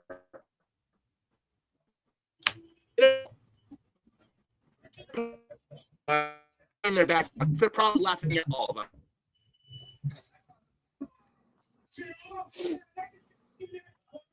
Unbelievable. But this was a good match, though, outside of that. We got Penta retaining. Very nice match with the Mexican Destroyer. After the match, Rusev and Ethan Page come out. Rusev rips the mask off Rey Mysterio in half. Rusev got a lot of heat. Nice heat on Rusev. Chad Gable came out to his Elite American Alpha theme song music. And Chad Gable comes out massive poppies, giving German suplexes to Ethan Page and Rusev putting them in the ankle lock. And I'm liking what they're doing with Chad Gable and the story they're doing. This has to lead to Penta and Chad Gable at SummerSlam for the Intercontinental Championship. If we don't do that, then somebody in creative needs to be fired on the spot. This is an easy slam dunk for them. Easy. Like, I don't know how you have this and manage to fuck it up. It's impossible. If they don't do this match for SummerSlam, somebody needs to be fired in the back. Seriously. We also had Liv Morgan win the Queen of the Ring first round. Why is Liv even in this tournament to begin with? I have to ask. You do realize that Liv Morgan is the world champion. She has not had one single title. Penta's a champion in the tournament. So is Trick Williams, and so are others like who else? Like Penta, Trick Williams. Oh, Soruka's in the tournament. She's the mid-card champion, Soruka. You fucking idiot. They are mid-card champions, just like the mid-card champion to enter the Royal Rumble match. Yeah, Liv Morgan is your women's world champion. Why is she in this Queen of the Ring tournament? Why? And she has not had a title defense since winning it. Yeah. You know who could have been in this first round instead of Liv Morgan? Kairi Sane, had you not fucking released her for no reason. They could have put anybody from NXT, like, I don't know, Kendall Gray, Nikita Lyons. Anybody, yeah, Kalani Jordan. Anybody. Lizzie Rain. Tatum Paxley. Anybody.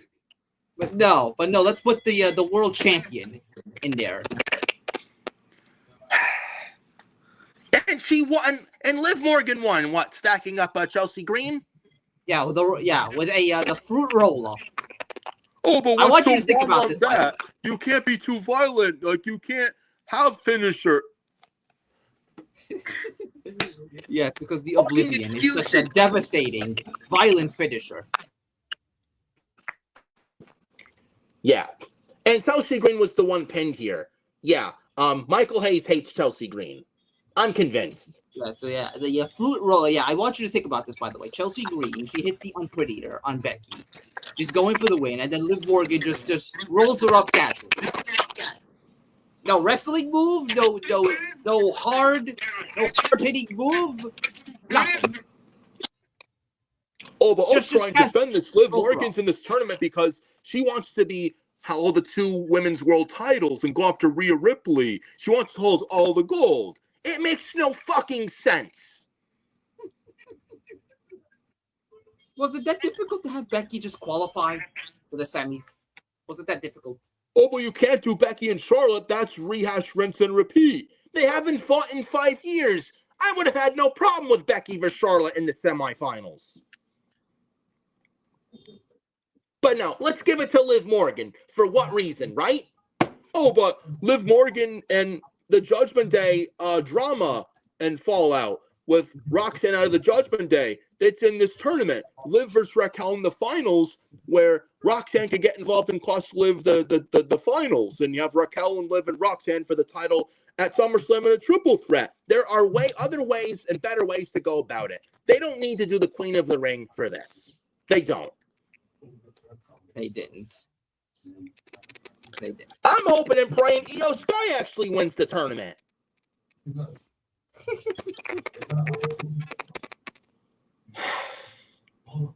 I'm actually hoping for Charlotte at this point to win the tournament.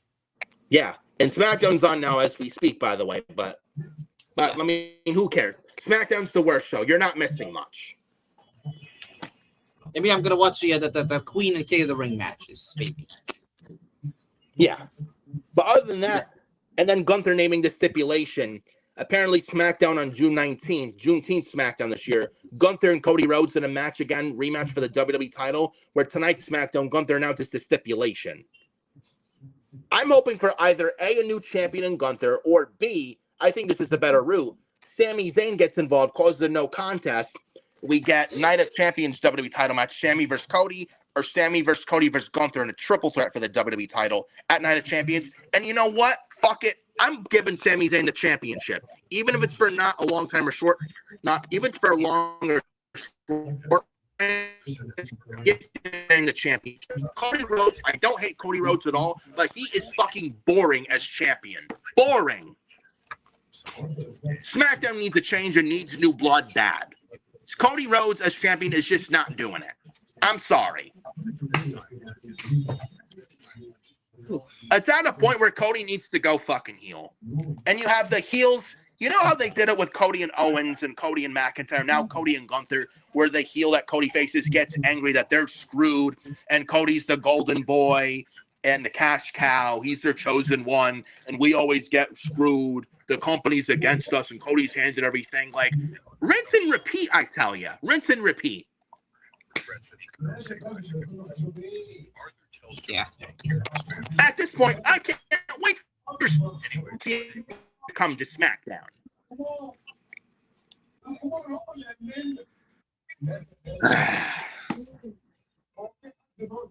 My God. Oh, the rest of Raw. Sol Ruka, Lyra Valkyria for the women's IC title. This was also a good match. And what a finish from Sol Ruka with the Soul Snatcher.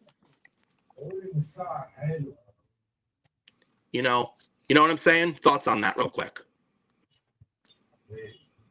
That was a good match. I mean, so honestly, this was honestly like Sol Ruka's best performance. I mean, she wasn't botchy at all. She's gaining confidence. He's adjusting well to the main roster. If you look backstage with Lyra and Bayley, Lyra seems to give Bayley cold shoulder. She started to ignore her. Yes, Tatum Paxley is going to get called up soon to the main roster. I would move her to Raw and have her be a part of it. It's funny you say that. Tatum Paxley on NXT Tuesday lost the North American title to Zarya, who's the new women's North American champion. And I actually watched them at Tuesday. Very good match. And so happy for Zarya, man. It's about time.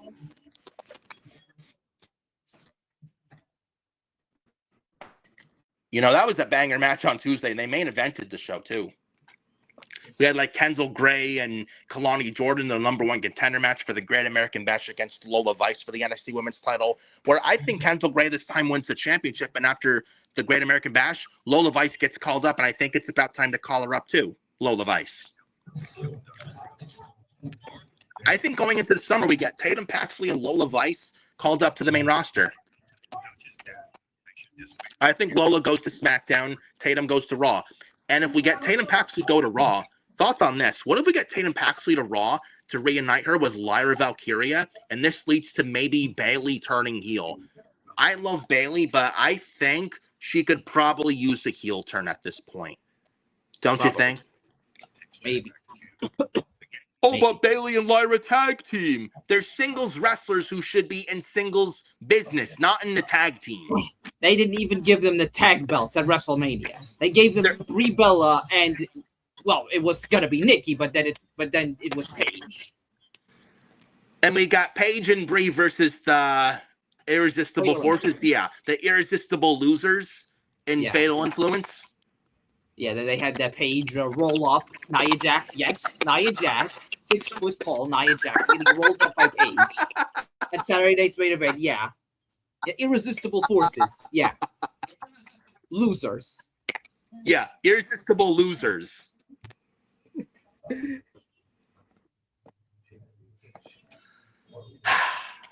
Yeah, the women. Yeah, so yeah, hopefully it leads to a heel Bayley, but.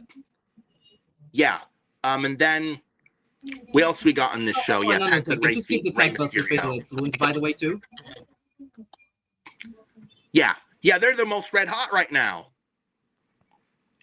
Yeah, they're the top heel on the top heel female faction on SmackDown. Yeah. Oh, and what else we got? The Vision on Raw.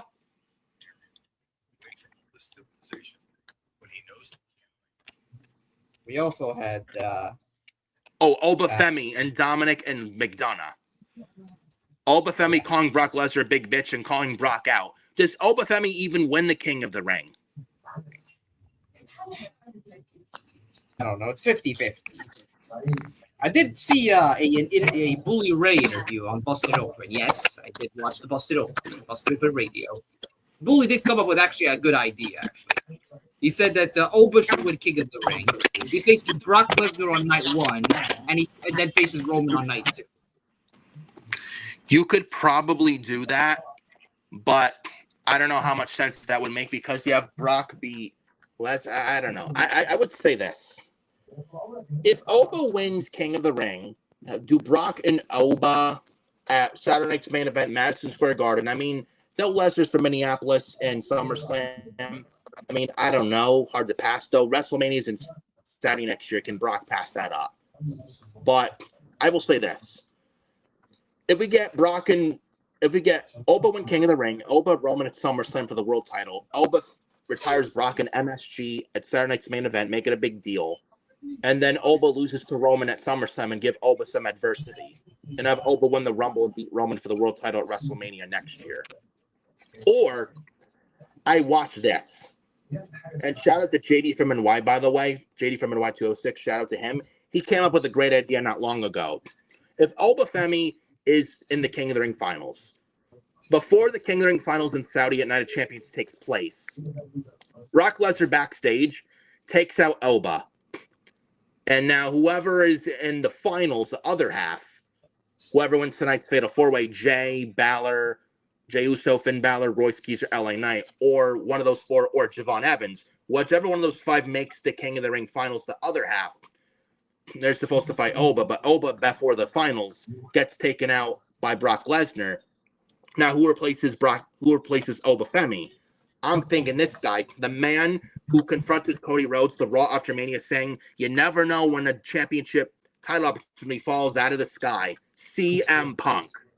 And he takes Oba's spot and wins the King of the Ring finals. And we get Punk and Cody at SummerSlam for the WWE Championship. You know, you can do that. Just because if you're a Raw guy winning the King of the Ring, they don't have to automatically face the Raw World Champ at SummerSlam. They could be any champion at this point, I think. And Punk, and we might as well get into this.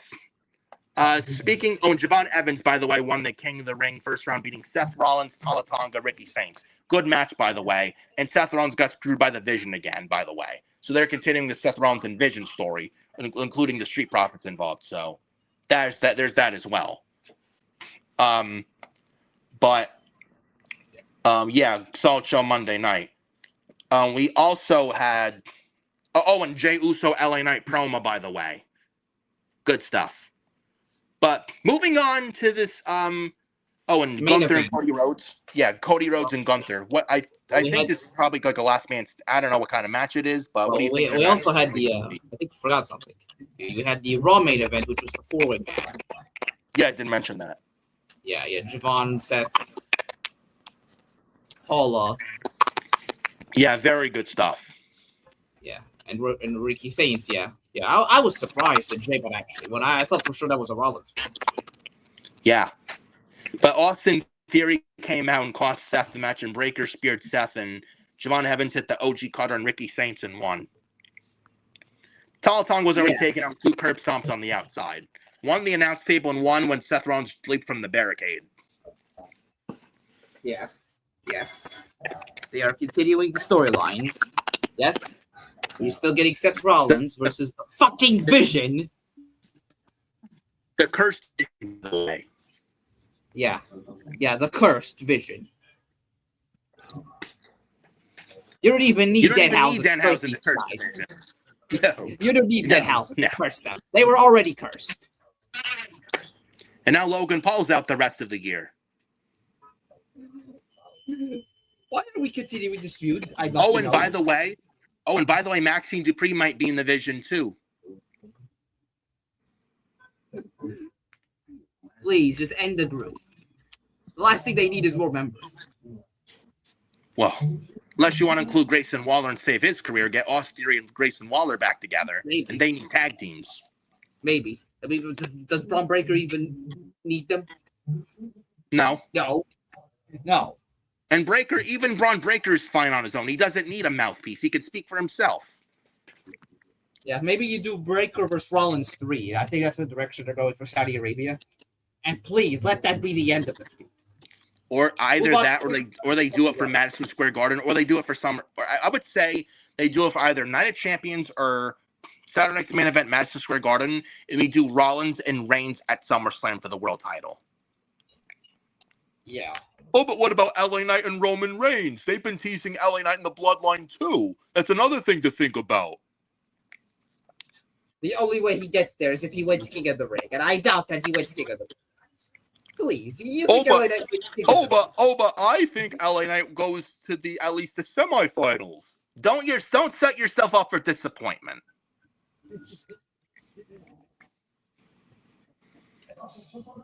You know, as you would say, you got to be realistic.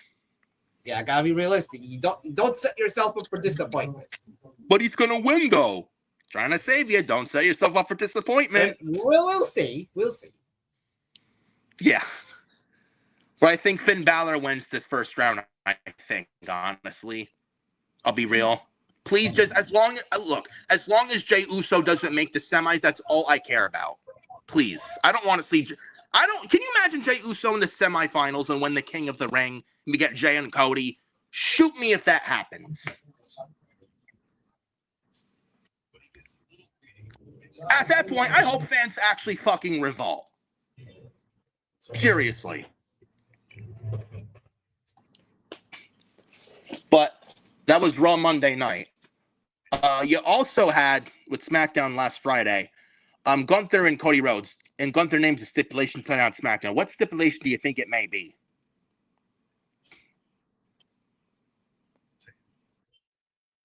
Yeah, I think, I don't know. I would say make it last man standing. you can do that. And I would have either a new champion or better yet, have Sammy interfere. That way it protects both Cody and Gunther. I think, honestly, this leads to a triple threat match at Night of Champions for the WWE Championship. I think that's where they're headed. Yeah. I mean, Sammy has been integral to the story. He's been all over the show. Yeah. I mean, if he has to interfere. Yeah. No doubt about it, man. No doubt about it at all.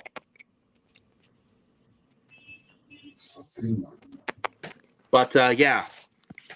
But moving on, and then real yeah, Kalani Jordan, Kendall Gray, banger match. Kendall Gray is so fucking good. We got Mason Rook and Nakaru in a number one contender, an NXT title number one contender match. Nakaru won. We got Nakaru, Tony D'Angelo, NXT title, Great American Bash. I think Tony D drops his title and gets called up to the main roster in the summertime. Don't you think? Please, hopefully. Yeah. What else did we have on the show? OTM? You've got to be fucking kidding me. Wait, Out the Mud, the Crime Time guys. They are in the mud. But they're Crime Time 2.0, I heard from some people.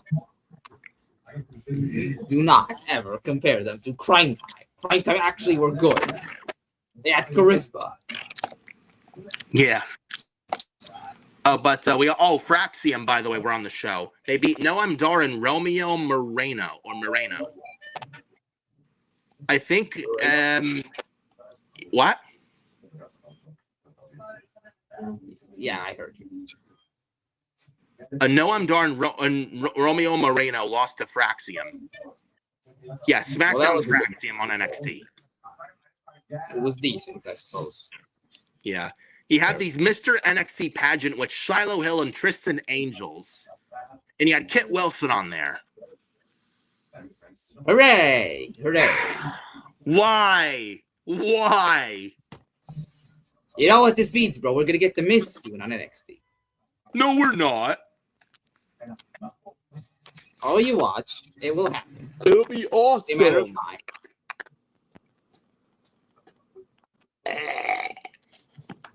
Come on, bro. It's the Miz. You don't love the Miz? But the Miz is not cockroach. He's a cockroach. He's been here 20 years and he's still there. I mean, if they want him there, they can't make him a manager, commentator. Yeah, let's get rid of Vic Joseph on commentary. Get the Miz on there. At least the Miz. I mean, say what you will about it. The Miz at least can talk. Yes, charisma. Yeah, like Vic Joseph on commentary is fucking terrible. Oh. That's all he does. Booker T is better than him. And even sometimes Booker T on commentary is annoying. Outside of the only good Booker T on commentary is the Trick Williams and Stephanie Vetcare things. I mean, Booker T, I mean, he does miss Stephanie Vetcare so much. And the Devil's Kiss. Yeah. Why can't we get him on the main roster? Maybe he can be Trick Williams' manager. Or hype man. Whoop that trick. Whoop that trick. I like it. Whoop that trick. Oh yeah, man. That's trick. Oh yeah. And why are we having Booker T on commentary? Yeah, like he can be useful in other ways. Yeah. Miz on commentary in NXT would be a breath of fresh air if he ever retired as a wrestler or transitioned to commentary. I think that's the way to go about it, honestly. My goodness. But, yeah, enough of me rambling on. Yeah, that was NXT for you. It was decent, but, why we have the Shiloh Hill stuff on NXT? Why? And then Tatum Paxley Zarya wins the North American title. That was really good. But moving on, I believe, looking at my notes here, I'm reading my notes. I want to talk about real quick this Killer Kross thing. He mentioned Triple H and he mentioned about TKO and all this other stuff, AEW, Tony Khan. What do you think? What did you think of all this?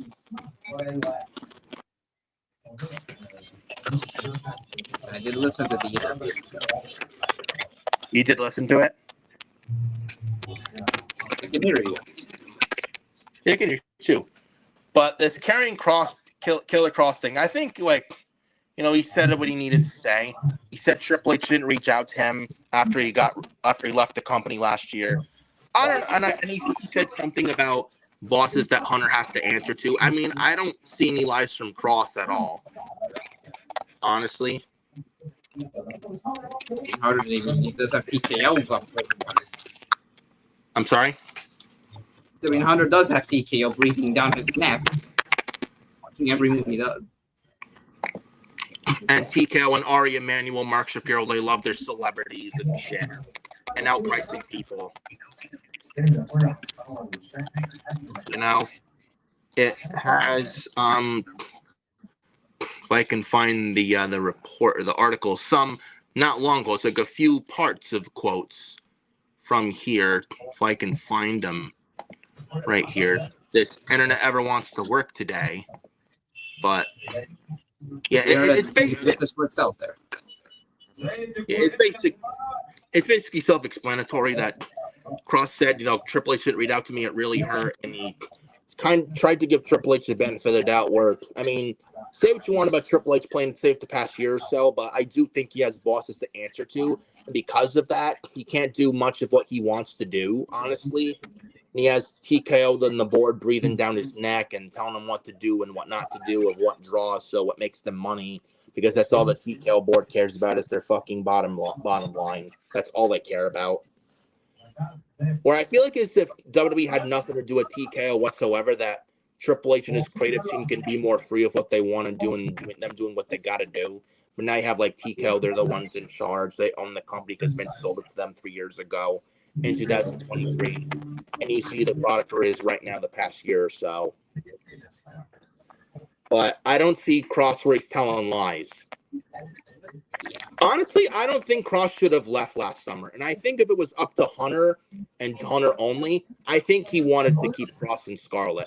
But I do think it was Ari Emanuel and Mark Shapiro that probably wanted to keep Kross, probably, but not Scarlett, because they probably thought Scarlett doesn't make the money. Which, if that's the case, that's fucking fucked up. That is straight up fucked up. The same TKO who keep bragging about record profits.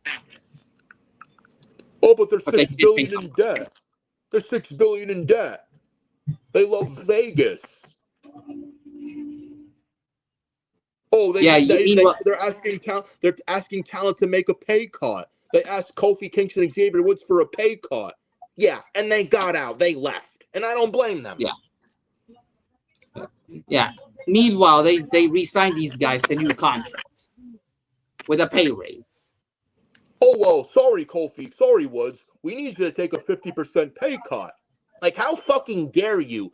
Two loyal guys that, honestly, you look at them as fucking lifers and you just disrespect them and you let them walk. I don't blame them whatsoever. Me neither. Good on Kofi and Woods for knowing their worth. Meanwhile, Ari and Shapiro, they give themselves bonuses. Ari Emanuel gives himself $67 million per year. And all the budget cuts and them making more money hand over fist, because that's all they give a shit about is the money. Yeah, but they want the talent to take a 50% pay. Well, there's $6 billion in debt. Don't even give me that fucking excuse. Oh, that's not on the fucking talent. Oh, there's $6 billion in debt. They're raising ticket prices because they're in a lot of debt because they need to pay off their debt. That's why they're raising ticket prices. How about you lower the ticket prices and stop outpricing the families and the average fans and like the passionate fans who want to fucking be at these shows, that make these shows. How about you stop pricing them out? Like, the economy these days is not cheap to begin with. It's not. Like, families can't even come to these shows anymore because you outprice them so much. It's ridiculous. And next year for WrestleMania, they're going to be in Saudi. I don't even want to think about how much they're going to charge for next year's Mania. I don't. It's like, did you even see the prices for Sunday night's main event this September in Atlanta? Did you see the prices there? Insane. What is it, like 100 like 100 something or close to 100 and like, well, how much was in the nosebleeds? Like 100 something? I believe 170. That's ridiculous. For a Sunday night's main event in Atlanta, Georgia, of all places? Like, is your $6 billion in debt that fucking bad, Ari Emanuel? Absolutely unbelievable. My fucking God. But yeah, I mean, Killer Kross, like I said, pretty much, I mean, spoke what he said. I don't doubt him. I believe him with everything he says. I mean, because he was there. Honestly, he should still be there. Honestly. And he's killing it on the indies and proving TKO wrong. Good. And he also mentioned ACW. He also mentioned AEW and Tony Khan, the door's open. I don't see him going there, especially with Don Callis there. And I don't think Don Callis and Scarlett really like each other. Yeah. Honestly, when the time's right, I could see him come back to WWE. Honestly, he should have never left in the first place. And if it was up to Hunter, I think he wanted to keep him. But TKO sees nothing in Kross and Scarlett together. And shame on Ari Emanuel for thinking that way, if that's the case. Shame on them. Ridiculous. Like, how do you let, like, oh, well, they wanted to speak to Kross first before talking to Scarlett. No, they're a package deal. You talk to both of them, not one and not the next. How dare you? Seriously. Unfucking believable. And shout out to the Killer Kross, by the way. Mentioning and shouting out ACW, by the way. Their next ACW show, the Poughkeepsie, New York, MJN Center, Saturday, July 18th. This is the same night, by the way, the same night as MSG, Madison Square Garden, Saturday night's main event. So I will be at ACW and not Saturday night's main event, sadly, though. Very disappointing. They're going to have Tommy Dreamer wrestle Sent to Slaughter manager Josh Chernoff on July 18th for ACW Poughkeepsie, New York, ACW Independence Day. By the way, that same show, ACW Independence Day, ACW title match, Killer Kross versus Matt Riddle, by the way. This is what you are spending your hard-earned money on. Matt Riddle, Tommy Dreamer versus and Matt Riddle. Yeah, Tommy Dreamer versus Sent to Slaughter managers Josh Chernoff. Let's hope the Slaughters beat him. Boo! Screw Sent to Slaughter, Sean Donovan, and Danny Moss. Fuck Sent to Slaughter, by the way. And shout out Dreamer may be a nice guy. Give him credit. And shout out to ACW, by the way, wearing their shirt, by the way. And shout out to Hale Collins and Vic Delicious of the Now and ACW, by the way. Shout out to those guys. If they're watching, shout out to those guys. And for ACW and their show Independence Day on July 18th, Saturday night at the MJN Civic Center, Poughkeepsie, New York. That's going to be a banger show. I will be there front row. That's going to be a heck of a show, I'll tell you that. So shout out to those guys. Great work over there, ACW. Awesome championship wrestling. But moving on to the main event of this show, CM Punk. The main event. For your main event. Yeah. I wish I had a media asset for now it's time for your main event. I so wish. Yeah. Who knows? Maybe we can get on the show. I'd love that. Maybe. Where's Michael Buffer when you need him? Maybe. Shout out to him, one of the greatest ring announcers of all time, Michael Buffer. The greatest. Maybe we can meet him. Maybe we can get him on the show. Yeah, Michael Buffer. But main event of the evening, CM Punk talk. I got a lot to say about this, and so do you. Now, is CM Punk leaving WWE to go back to AEW? Is he frustrated with creative? Is he leaving because of AJ Lee being booked poorly by WWE with AJ Lee's comeback? I see all these excuses. Oh, never say never with CM Punk back in AEW. Well, CM Punk was asked to take a 50% pay cut from TKO. Oh, CM Punk is gone right now because of the incident at the Fan with the MGM Hotel WrestleMania weekend in Vegas, where CM Punk slapped the phone out of the fan's hand. You name it. All these people, all these excuses. And by the way, this was made up from a fan account that is the AEW sicko and hates CM Punk, by the way. I'm going to let you actually take the floor on this, bro. Right here. I could see Punk and Tony maybe making amends. I mean, even if he doesn't work there again, maybe they could be friends, but please. But to go Punk has a back good there, thing right now. remember how CM Punk was treated with the brawl out, and then when Tony had CM Punk start Collision in the Jack Perry real glass incident, and the Bucks acting like kids where they do victory laps in the ring the day CM Punk got fired from AEW, and Matt and Nick Jackson are doing victory laps acting like fucking kids. Unless the Young Bucks unless the Bucks somehow get fired, that ain't gonna happen. And as long as the Bucks, Hangman Page, and Jack Perry are still there, nothing will change. And there's no leadership regardless. And even regardless, and even with Hangman in the Bucks and Jack Perry in AEW or not, there is no leadership in AEW. None. Tony is not a boss. He's not. He's a matchmaker. Yeah. You had the infamous brawl out where CM Punk's eating Mindy's and drinking Spindrift. You know, it's like, I'm too old for this shit, and I work with a bunch of children. And then he was going off on Colt Cabana. And Tony Khan just did nothing about it. I'm sorry? I still want to know what Colt Cabana did to be named. Then he brought up Hangman Adam Page and saying Adam Page went into business for himself. Then he had the brawl out. Then the Jack Perry Real Glass incident, and CM Punk left AEW 3 years ago. And still to this day, CM Punk is not in AEW anymore, and he's still AEW's biggest draw. I'm just throwing that out there, by the way, for the sickos. The last time they got 800,000 viewers was when they showed that footage. Yeah, this is the AEW Dynamite after WrestleMania 40. They showed the All in 2023 footage where CM Punk and Jack Perry, they have that fight, and Jack Perry's like, he's fixing his hair, and this is Jack Perry, and CM Punk shoves him and puts him in the headlock. Then you see Samoa Joe breaking up the fight. You see Samoa Joe breaking up the fight. Yeah. And CM Punk yells to Tony. He's like yelling, like how CM Punk was on Ariel Helwani's show last April, 2 Aprils ago, WrestleMania 40 week in Philly, where CM Punk yelled to Tony, you know, I quit. This place is a fucking joke. Tony Khan, you're a clown, and I quit. Where CM Punk left, like he legit quit AEW before he went out there and wrestled.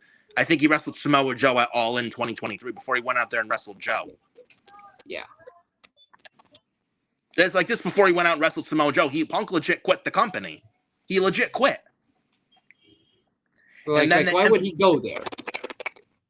And then the infamous Tony Khan said he feared for his life. Unless somehow AEW does their Hall of Fame and he gets inducted there somehow.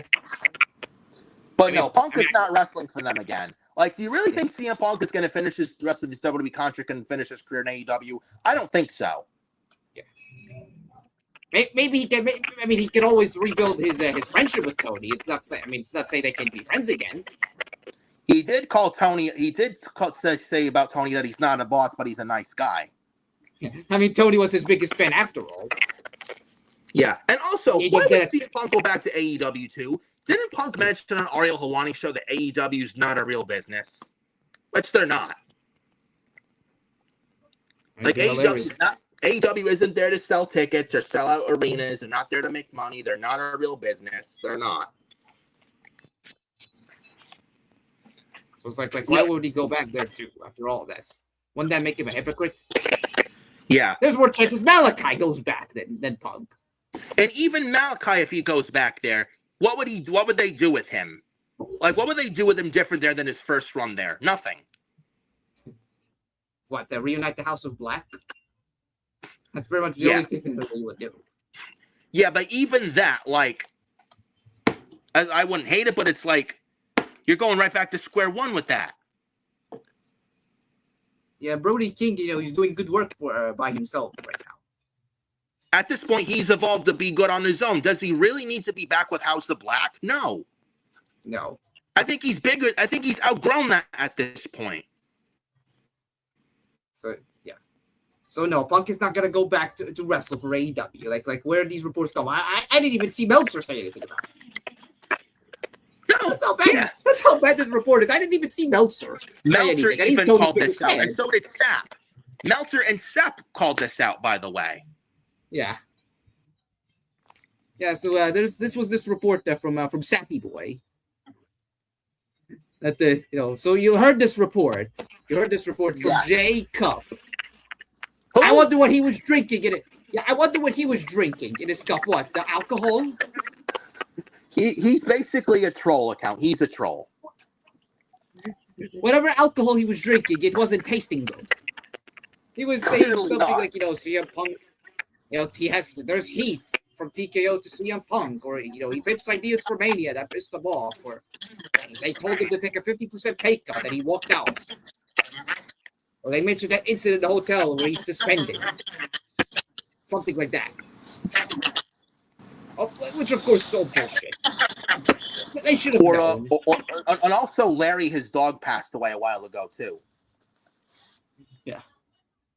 My God. So they and then the fan, and then the fan that CM Punk slapped the phone out of this guy's hand. By the way. Yeah, fan. I say that word loosely. Fan. Yeah, fan. When he was filming AJ Lee and Bailey, and CM Punk slapped his phone right out of this guy's hand. Where, honestly, this is on TKO for not hiring greater security to protect these wrestlers. So they're safe from these fans trying to stalk these wrestlers. You had Randy Orton, Damian Priest, Drew McIntyre. Royce Keys, Will Hobbs. You had several of the female talents. Elba Femi, Stephanie Vetcare, Dominic Mysterio. Rey Mysterio. Yep. Rhea Ripley. They were all stalked by these fans. I think Finn Balor was too, I think. Yeah, they were all stalked by these fans. They called them out. Yeah, but TKO, they should be, CM Punk should be punished for rightfully standing up for his wife and his best friend. And if CM Punk is frustrated with that, I don't blame him, because TKO was too fucking cheap to hire greater, actual, legit security. Literally. Again, they're in debt. I don't give a fuck. You protect your anyone else would have paid for the security. Like, even Tony would have probably paid for security. Yeah, because because some people in Vegas are unpredictable. Who knows what they could do? And they're just stalking these people just for autographs so they can go sell it on eBay. Say what you will about Vince. Say what you will about him. Even he would have hired some security. Yeah, even he had standards. Yeah. Even though he's a fucking sexual predator and an evil monster. Yeah. Like, anyone else would have paid for security to protect these people, to protect them from these stalker fans. But TKO somehow that they can't afford to pay for security, competent security. Yeah. And then they stalk these wrestlers for autograph, and these wrestlers have to tell these people no, and they have to tell them no several times. Like, the wrestlers are human beings. It's not their job to hire security. And then this guy is filming AJ Lee, CM Punk's wife, and their best friend Bailey. They tell this guy to stop. He still films them.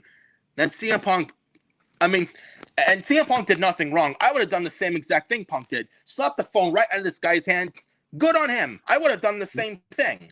You were told no to stop filming them. They want to have their privacy. You respect their privacy. And you still do what you want to anyway. Like, that's not cool. CM Punk, he did nothing wrong here. And I'm actually, if I was Punk, I would have done the same thing too, bro. I would have done the exact same thing. You should have put him in a headlock as well. Yeah. Like, some of these fans are so entitled.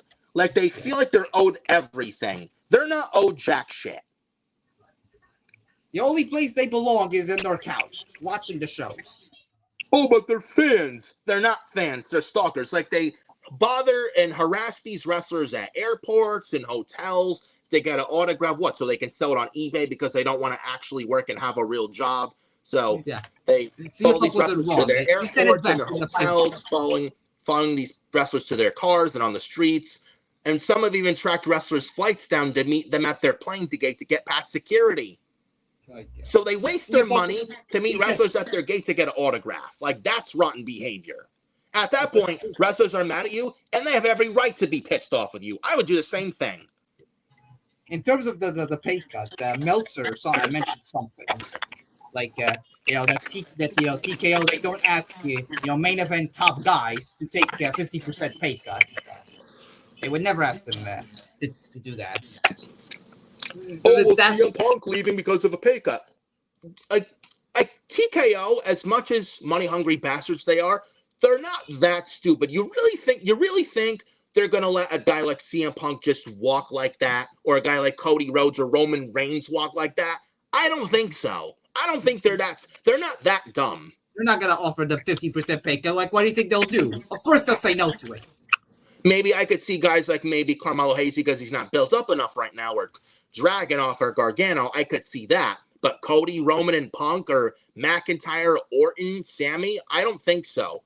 Jacob Fatu, I don't think so. They'd be out the door immediately. They'd rather quit than take a pay cut. Yeah. They do it Rey too, Mysterio, I can't see take a pay cut. Undertaker, same thing. Or anybody like big name status like those guys. Or like Becky Lynch or Charlotte. I can't see them taking a pay cut. Undertaker's retired anyway. Yeah. But like other ones like Bayley or others known on the roster. Brock Lesnar. Ones that think about, Gunther. Yeah, Brock Lesnar. Like, imagine asking Kevin Brock Owens. Lesnar to do 50% pay cut. Brock Lesnar. Yeah, imagine Ari and Shapiro and Nick Khan go up to Brock. Hey, Brock, we need you to take a 50% talent pay cut. Do you know how pissed and how chaos-driven it would be with Lesnar? It would be destruction. Yeah. They would never ever do that to a guy like Brock Lesnar as well, or Oba Femi. You really think they'd ask Oba to take a pay cut? I don't think so. Of course not. Or Trick Williams? No fucking way. They will never do that. Or like Rhea Ripley asked to take a pay cut. Do you really think they'd ask her to take a pay cut? She'd be out the door immediately if that was the case. I don't think they're going to ask her for a pay cut too. I could see the lower card guys, but like the top tier names, especially Cody, Roman, and Punk, no. TKO is not that dumb. And they're not going to ask Punk to take a pay cut and just let him go like that. They're not going to do that. It would be stupid. He's one of your biggest stars. He just made a bet at WrestleMania. Yeah. Him and Roman, top 2 match of the year candidate this year. Punk and Roman, WrestleMania main event 42, WrestleMania 42, night 2 main event, which saved WrestleMania, by the way. A classic. Roman and Punk. And Punk was world champ on Raw. Carried Raw late last year and early this year on his fucking back. I think Punk is well-deserved of a well-deserved break and vacation as long as he wants, until he's ready to come back. And he's earned it. Exactly. And he's done everything he could do on Raw as world champion. I think he deserves the break for a while. Come back when he's ready. In time for SummerSlam. That's another thing we're not thinking about.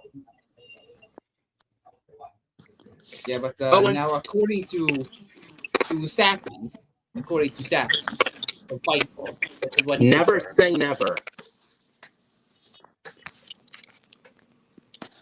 Yeah, moving on from that. Yeah, we already made our CM Punk back in AEW. Never say never.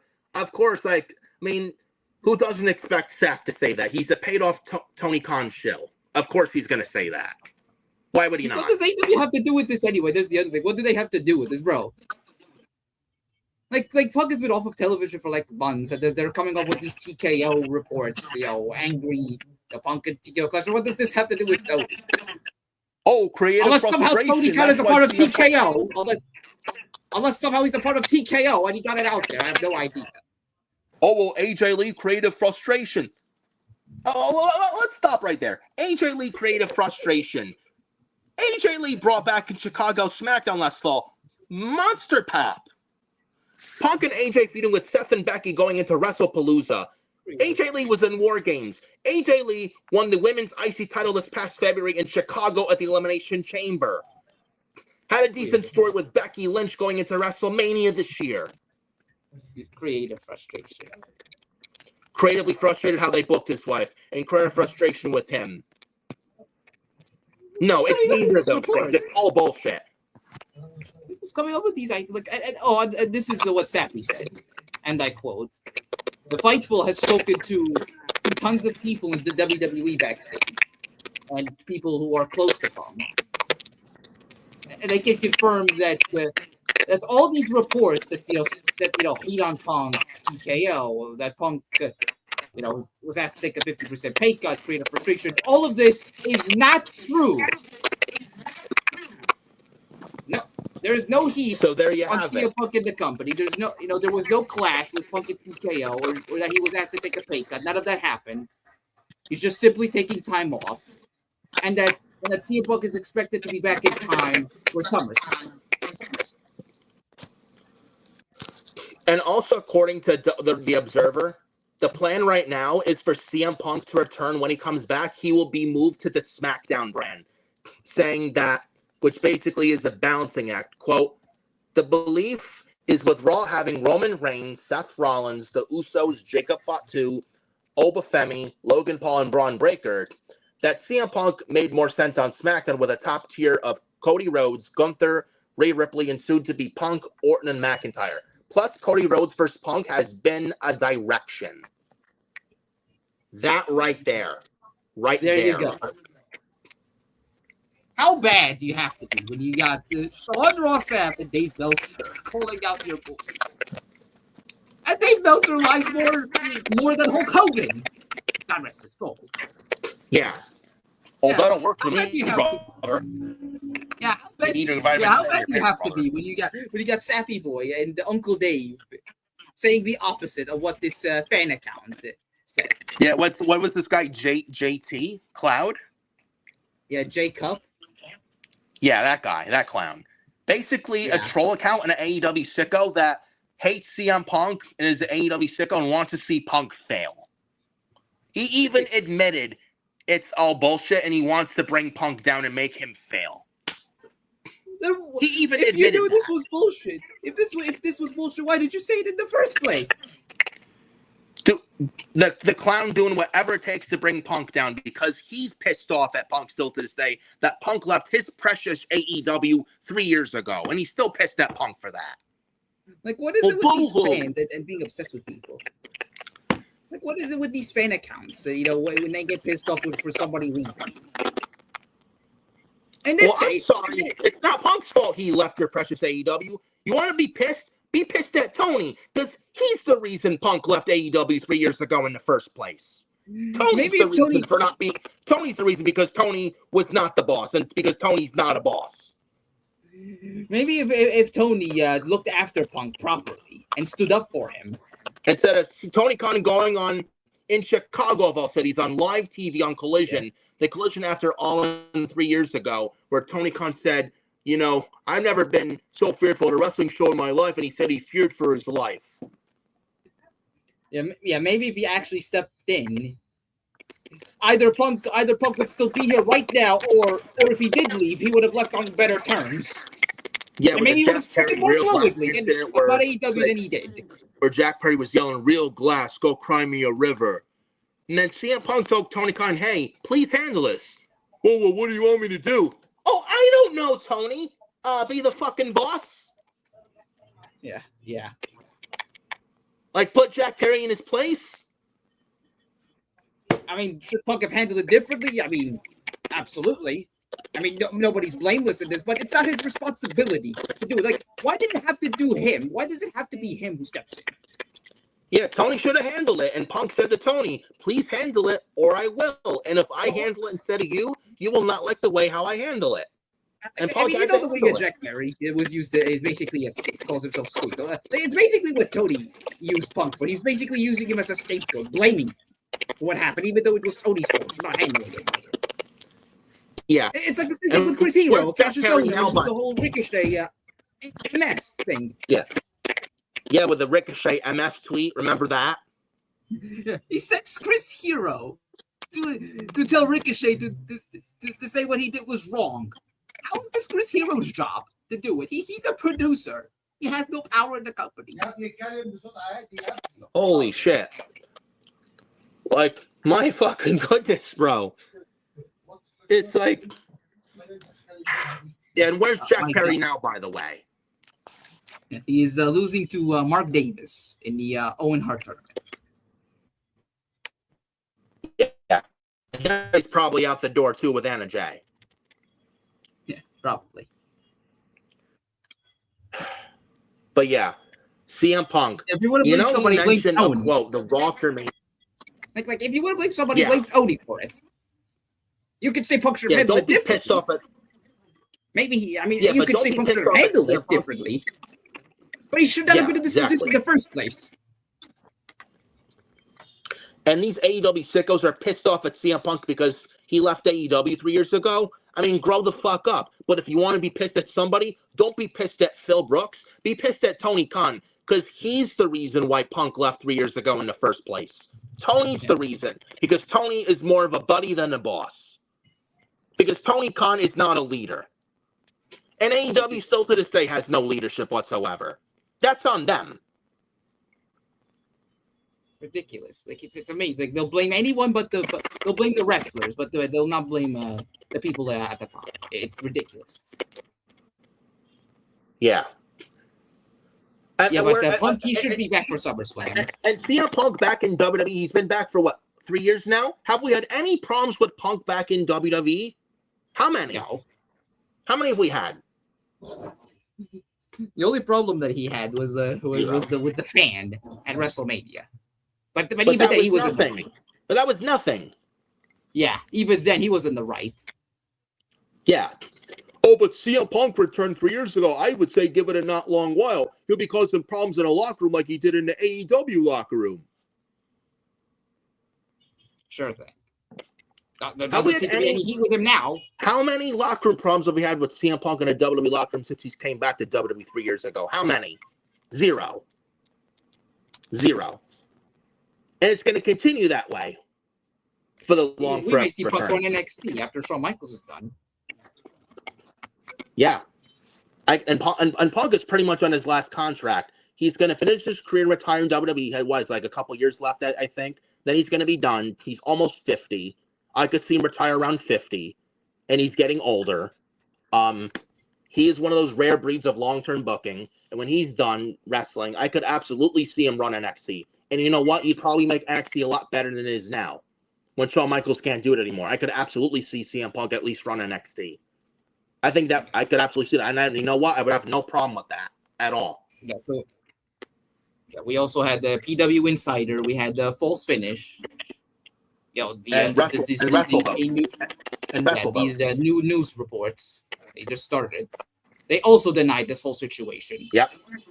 From what this clown. I think WrestleVotes too. Yeah. Everybody's denying the situation. Like it didn't even come from them. Like who is these sources coming from? But that's the other thing. Well, like how did it came up?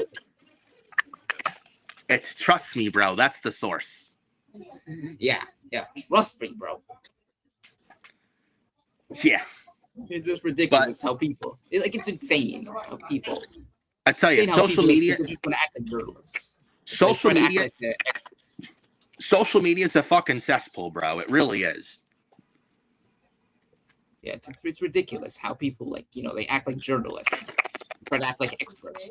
And they have zero background in journalists, and they think they know everything, and they don't know jack shit. Yeah, like nobody's gonna hire you, you idiots. Like they do nothing but beg for a job, and they don't respect the company or have any love or passion for wrestling or the company. They just want a fucking paycheck and a handout. That's all they want. Yeah, like nobody's gonna hire you. Like Tony's not gonna hire you. AEW's not gonna hire you. Triple H is not gonna hire you. WWE ain't gonna hire you. No, nobody's gonna hire you. They want to know everything within the wrestling company and have the company by the balls because they just want to beg for a job and kiss ass. That's all they do. They're a bunch of fucking marks. They're all woke. They're all a bunch of marks. Like they're not honest with their audience. They don't call it like it is. They just always sugarcoat, say everything is great.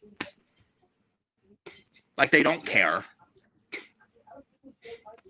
Like they think they're a big deal. They think they're king shit. They think they know everything. They know absolute fuck all. And then you wonder why these wrestlers rightfully bury them and put them in their place. And I smile every time that happens. When wrestlers in WWE and AEW put these quote-unquote journalists in dirt sheets when they get put right in their place. Yeah.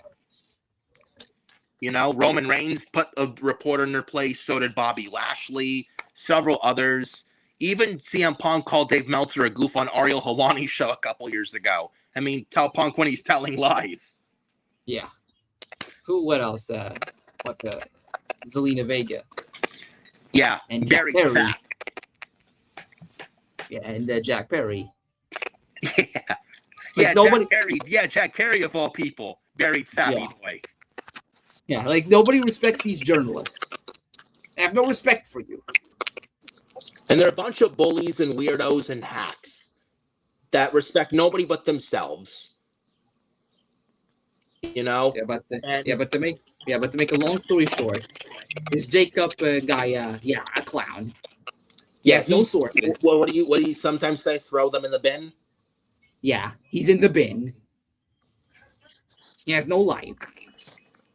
He's probably one of the neckbeard virgins that probably lives in his mother's basement. He probably has Totino's pizza rolls underneath his bed. Yeah. Yes. No, he probably hasn't showered in like 2 months. 2 months, more like 2 years. Yeah, he probably doesn't brush his teeth. He's probably got cavities in his mouth. He probably stinks to the high heavens. He probably doesn't comb his hair. His bedroom's a mess. He's got crumbs everywhere. He's got Coca-Cola stains all over his carpet. He doesn't make his bed. Yeah. So this whole Punk report is all bullshit. Do not believe what this guy is saying. It's all been debunked. Yep. How bad do you have to be that Meltzer and Sapp are calling you out on your bullshit and are fucking burying your ass? And they are saying that Punk is expected to be back on television. That he will be back. He's not going to get fired. He will be back on TV. You know something? Role. I'd love to see CM Punk after he comes back, has an interview with Ariel Helwani again, and he buries the troll and puts him in his place. I'd love to see that actually. Yeah. Yeah. So don't believe anything that accountant said. Punk will be back on television. He'll be back in time for SummerSlam. He'll be in the WWE Championship picture. Yep. And I think we probably get Punk and Cody at SummerSlam, which honestly, SmackDown needs all the help they can get. And Punk said the Raw after Mania this year to Cody Rhodes, quote, "I just got to stay ready because you never know when a championship opportunity is just going to fall out of the sky." Oh, but CM Punk's not in King of the Ring.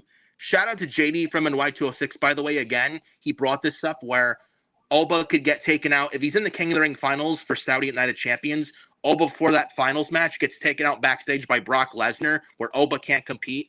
And Punk takes Oba's place, and Punk wins King of the Ring. Oh, that's fucking stupid. Punk, what has he done to earn it? Nothing. He didn't even compete in the first round semifinals of the tournament, and he just handed him the King of the Ring? That's fucking retarded. So? All these excuses. Yeah, who gives a shit? Who cares? Like, if you have Oba win the King of the Ring, is it the right time to crown Oba now? It's too soon. It's way too soon. Dominic is not winning. Javon Evans, love him, but it's too soon for him to win the big one. There's a time and a place for that. Jey Uso, fuck no. Finn Balor doesn't factor into world title plans right now. Who else you got? Royce Keys, too soon. LA Knight? Yeah, LA Knight has a better chance of hitting a lottery than winning King of the Ring. Give me a fucking break. Yeah. But he's gonna win King of the Ring. Sure. So Punk win the King of the Ring? Oh, it doesn't make any sense. Who cares? We get Punk and Cody, which SmackDown needs all the help they can get. Like, what does SmackDown have? They're the worst show on TV. What do they have? Oh, we got Cody, Gunther, and Sammy. Sammy's the most interesting part. Gunther is miscast. Cody is fucking boring as champion. Orton's out. McIntyre's out. Who do they have? Owens is out. Who the fuck do they have?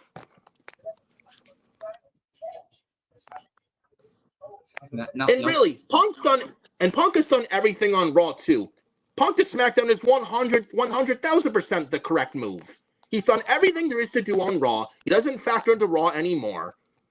He's done with Roman Reigns. You have this Bloodline Vortex rehash on Raw. Punk to SmackDown's the right move. Like, could you imagine SmackDown with CM Punk, Cody Rhodes, Gunther, Sami Zayn, Orton and McIntyre are going to come back. Finn Balor, he's also got traded. Remember, don't forget about Finn Balor. He's on SmackDown too. And then if Kevin Owens gets cleared later this year, you have those 8 names on SmackDown. You got Dragunov, Carmelo Hayes, Trick Williams. Yeah, Ilja Dragunov, Carmelo Hayes, Trick Williams, Ricky Saints. At least those 8, 10, 12 people got Gargano as well, got Sikoa. And I know I'm missing others too, but like just those at least top 8 names alone I just mentioned right off the bat, first 8 names, dude, SmackDown could be actually good again. And Punk on SmackDown brings SmackDown from here to here. Like, Punk on SmackDown is a game changer. Like, it's a big deal. It moves the needle. No, it wouldn't. Oh, yes, it would. Yes, it would. SmackDown needs help bad. Punk on SmackDown actually makes that show actually watchable again. It makes the show go from, yeah, I can miss, to, you know what? I can't miss this. This is a must watch. That's the power of CM Punk. Like, Punk on any show makes the show a lot better. Punk on the show moves the needle and changes a lot. I don't care what anyone says. Even for his age, Punk is still the biggest draw. Don't at me. Yeah. I mean, look at Collision ever since he left. Collision went right to shit ever since Punk left AEW 3 years ago. And where's Collision now compared to when Punk was there? It's basically another Rampage, another Dogg. Yeah. And Punk is still a draw to this day in his late 40s. Punk on SmackDown, I'm telling you, if Punk is SmackDown bound, I'm telling you, SmackDown around the later part of this year. And you know what? I'm all for that. And with SmackDown going back to 2 hours, they're going to need all the help they can get. Punk on SmackDown certainly would help, no questions asked. What was the SmackDown? They were not. It was not good. It was like just above 1 million viewers. That's embarrassing. Yeah, they're gonna need the Punk back. If anything, Punk might actually get the ratings back up. Yeah. Could you imagine Punk on SmackDown versus a Orton, Sami Zayn, or Ricky Saints, Royce Keys, Mello, Dragunov, Trick, Cody, Owens, when Owens hopefully gets cleared. Owens and Punk is fresh. You know, again, I'm telling you, if they get Punk on there on SmackDown and they clear Owens and Balor's on there and they get Orton and McIntyre back, I'm telling you, SmackDown, how was the worst show on TV? That may actually change if that's the case, if Punk is definitely on SmackDown, if he's going to SmackDown. What are your thoughts on that real quick? Yeah, absolutely. I mean, Punk is a game changer. It brings attention.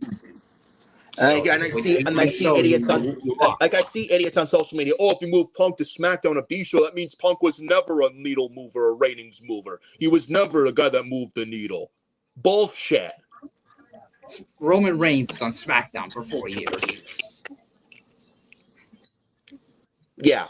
Raw has Oba, Breaker. They got Rollins, Reigns, Jacob Fatu. I think Raw will be fun if they lose CM Punk. Yeah. He'll be just fine. If any brain needs to help, it's SmackDown right now. They need all the arm shot adrenaline help they can fucking get. Punk on SmackDown absolutely gives them the major boost they desperately need. And you actually bring the show from here to here. You make Punk on SmackDown, make SmackDown go from the worst show on television to potentially the actually best show on TV. That's how great that's the kind of guy CM Punk is. He would actually bring life to that show again. Because right now they're soulless. There's no heart, nothing. Whereas if Punk's there, that heart is back. And his presence has absolutely been felt. And he has been sorely missed as well. Like Orton, McIntyre, Punk, all out since after Mania. Their missing presence is felt. You just feel it, dude. You do. You know? I'm not the only one who feels that way. I'm sure you do too. Yeah. Like, this is absolutely the right move. And just in time for SummerSlam, have Punk replace Owen, the King of the Ring finals. Punk wins King of the Ring. And then he moves to SmackDown, gets Cody at SummerSlam. Oh, but what about Sami Zayn and Gunther then? Just have Sami cause Gunther the championship. He can get involved in the Cody Gunther match. But but what about Cody and Punk at SummerSlam for the WWE title if Punk wins King of the Ring? That means if Punk replaces Open the King of the Ring finals, that means if you do Cody, Sammy, and Gunther at Night of Champions, it's predictable with Cody retaining. I know, but if it leads to Cody and Punk for the title at SummerSlam, I'm all for it. And SmackDown absolutely needs it. Yeah. There's a time and a place for Sammy in the WWE title. Have it at WrestleMania next year. That's the time. Have Oba win the Rumble instead. Yeah. Exactly. If Punk is to SmackDown, I'm telling you, I'm for this move, and everybody should be too. I don't care if you like Punk or hate Punk, you should be for this move. And you'd say the same thing too. You know, Punk to SmackDown is best for business, no questions asked. I don't care what anybody says. And I'm sure you can concur with that. Exactly. You know, Punk to SmackDown is a big deal. Punk on SmackDown is going to make people go from, yeah, SmackDown skippable to, you know what? I can't wait for SmackDown. I actually got to watch SmackDown. And with SmackDown going back to 2 hours at the beginning of July this year, it just makes sense. It just makes sense. So, so that is that for episode 28 of Forbidden Podcast Part 2. I know SmackDown is during this right now, but I mean, it's SmackDown. Who gives a shit? Worst show on TV at this time, so not missing much, I'm sure. But we do hope you guys enjoyed the stream. Despite everything, I have to switch to my phone again from the laptop. So, hope you guys enjoyed with the work and me working with the best of what I was given and what Adam Carl was given. But hope you enjoyed the stream nonetheless. We appreciate every single ounce of your support as well. It means a lot and it comes a long way. So we thank you both very, very much for the continued love and support. Make sure you go hit that like on the video and subscribe to FioriousNation and turn on that bell for all notifications. It helps for the YouTube algorithm and it helps for the FioriousNation YouTube channel as well. So make sure you go do that. It'd be greatly appreciated. Follow me on X at FioriNick579, Adam Carl on X at AdamCarl2005, TikTok FioriousNation, Nicholas Fury 31 on Facebook, Nicholas Fury 2014 on Instagram, and Adam Carl. Any other words before we get the hell out of here? We did this show right on time. It was fun doing it. Hopefully it goes better. We're going to be back on Thursday. Yes. And, hope everybody's having a great day. Look after yourselves, your families. Yes, actually, for next week's show, episode 29, I'll be going at a pick next Thursday, so next Thursday wouldn't be possible. However, thinking possibly on Juneteenth next week from today, or Wednesday the 17th of June, one of those dates. Look out for episode 29. So I'll be making a post on X, let you guys know that. But it'll either be June 17th or June 19th next week for episode 29 of Forbidden Podcasts, as we reach almost nearly 30 episodes of Forbidden Podcasts, guys. Can you believe that? Almost 30 episodes. There's to 3,000. 300. Yeah, 30,000. Yeah. Yeah. We appreciate you guys very, very much. Enjoy the rest of your Friday and stay cool and all. Have a good rest of your Friday. The summer almost arriving and the hot, hot weather lately. Enjoy yourselves. Be safe and stay cool. Enjoy the rest of your Friday going into the weekend. We'll see you next Wednesday or next Friday next week for Forbidden Podcast episode 29. We'll see you guys later.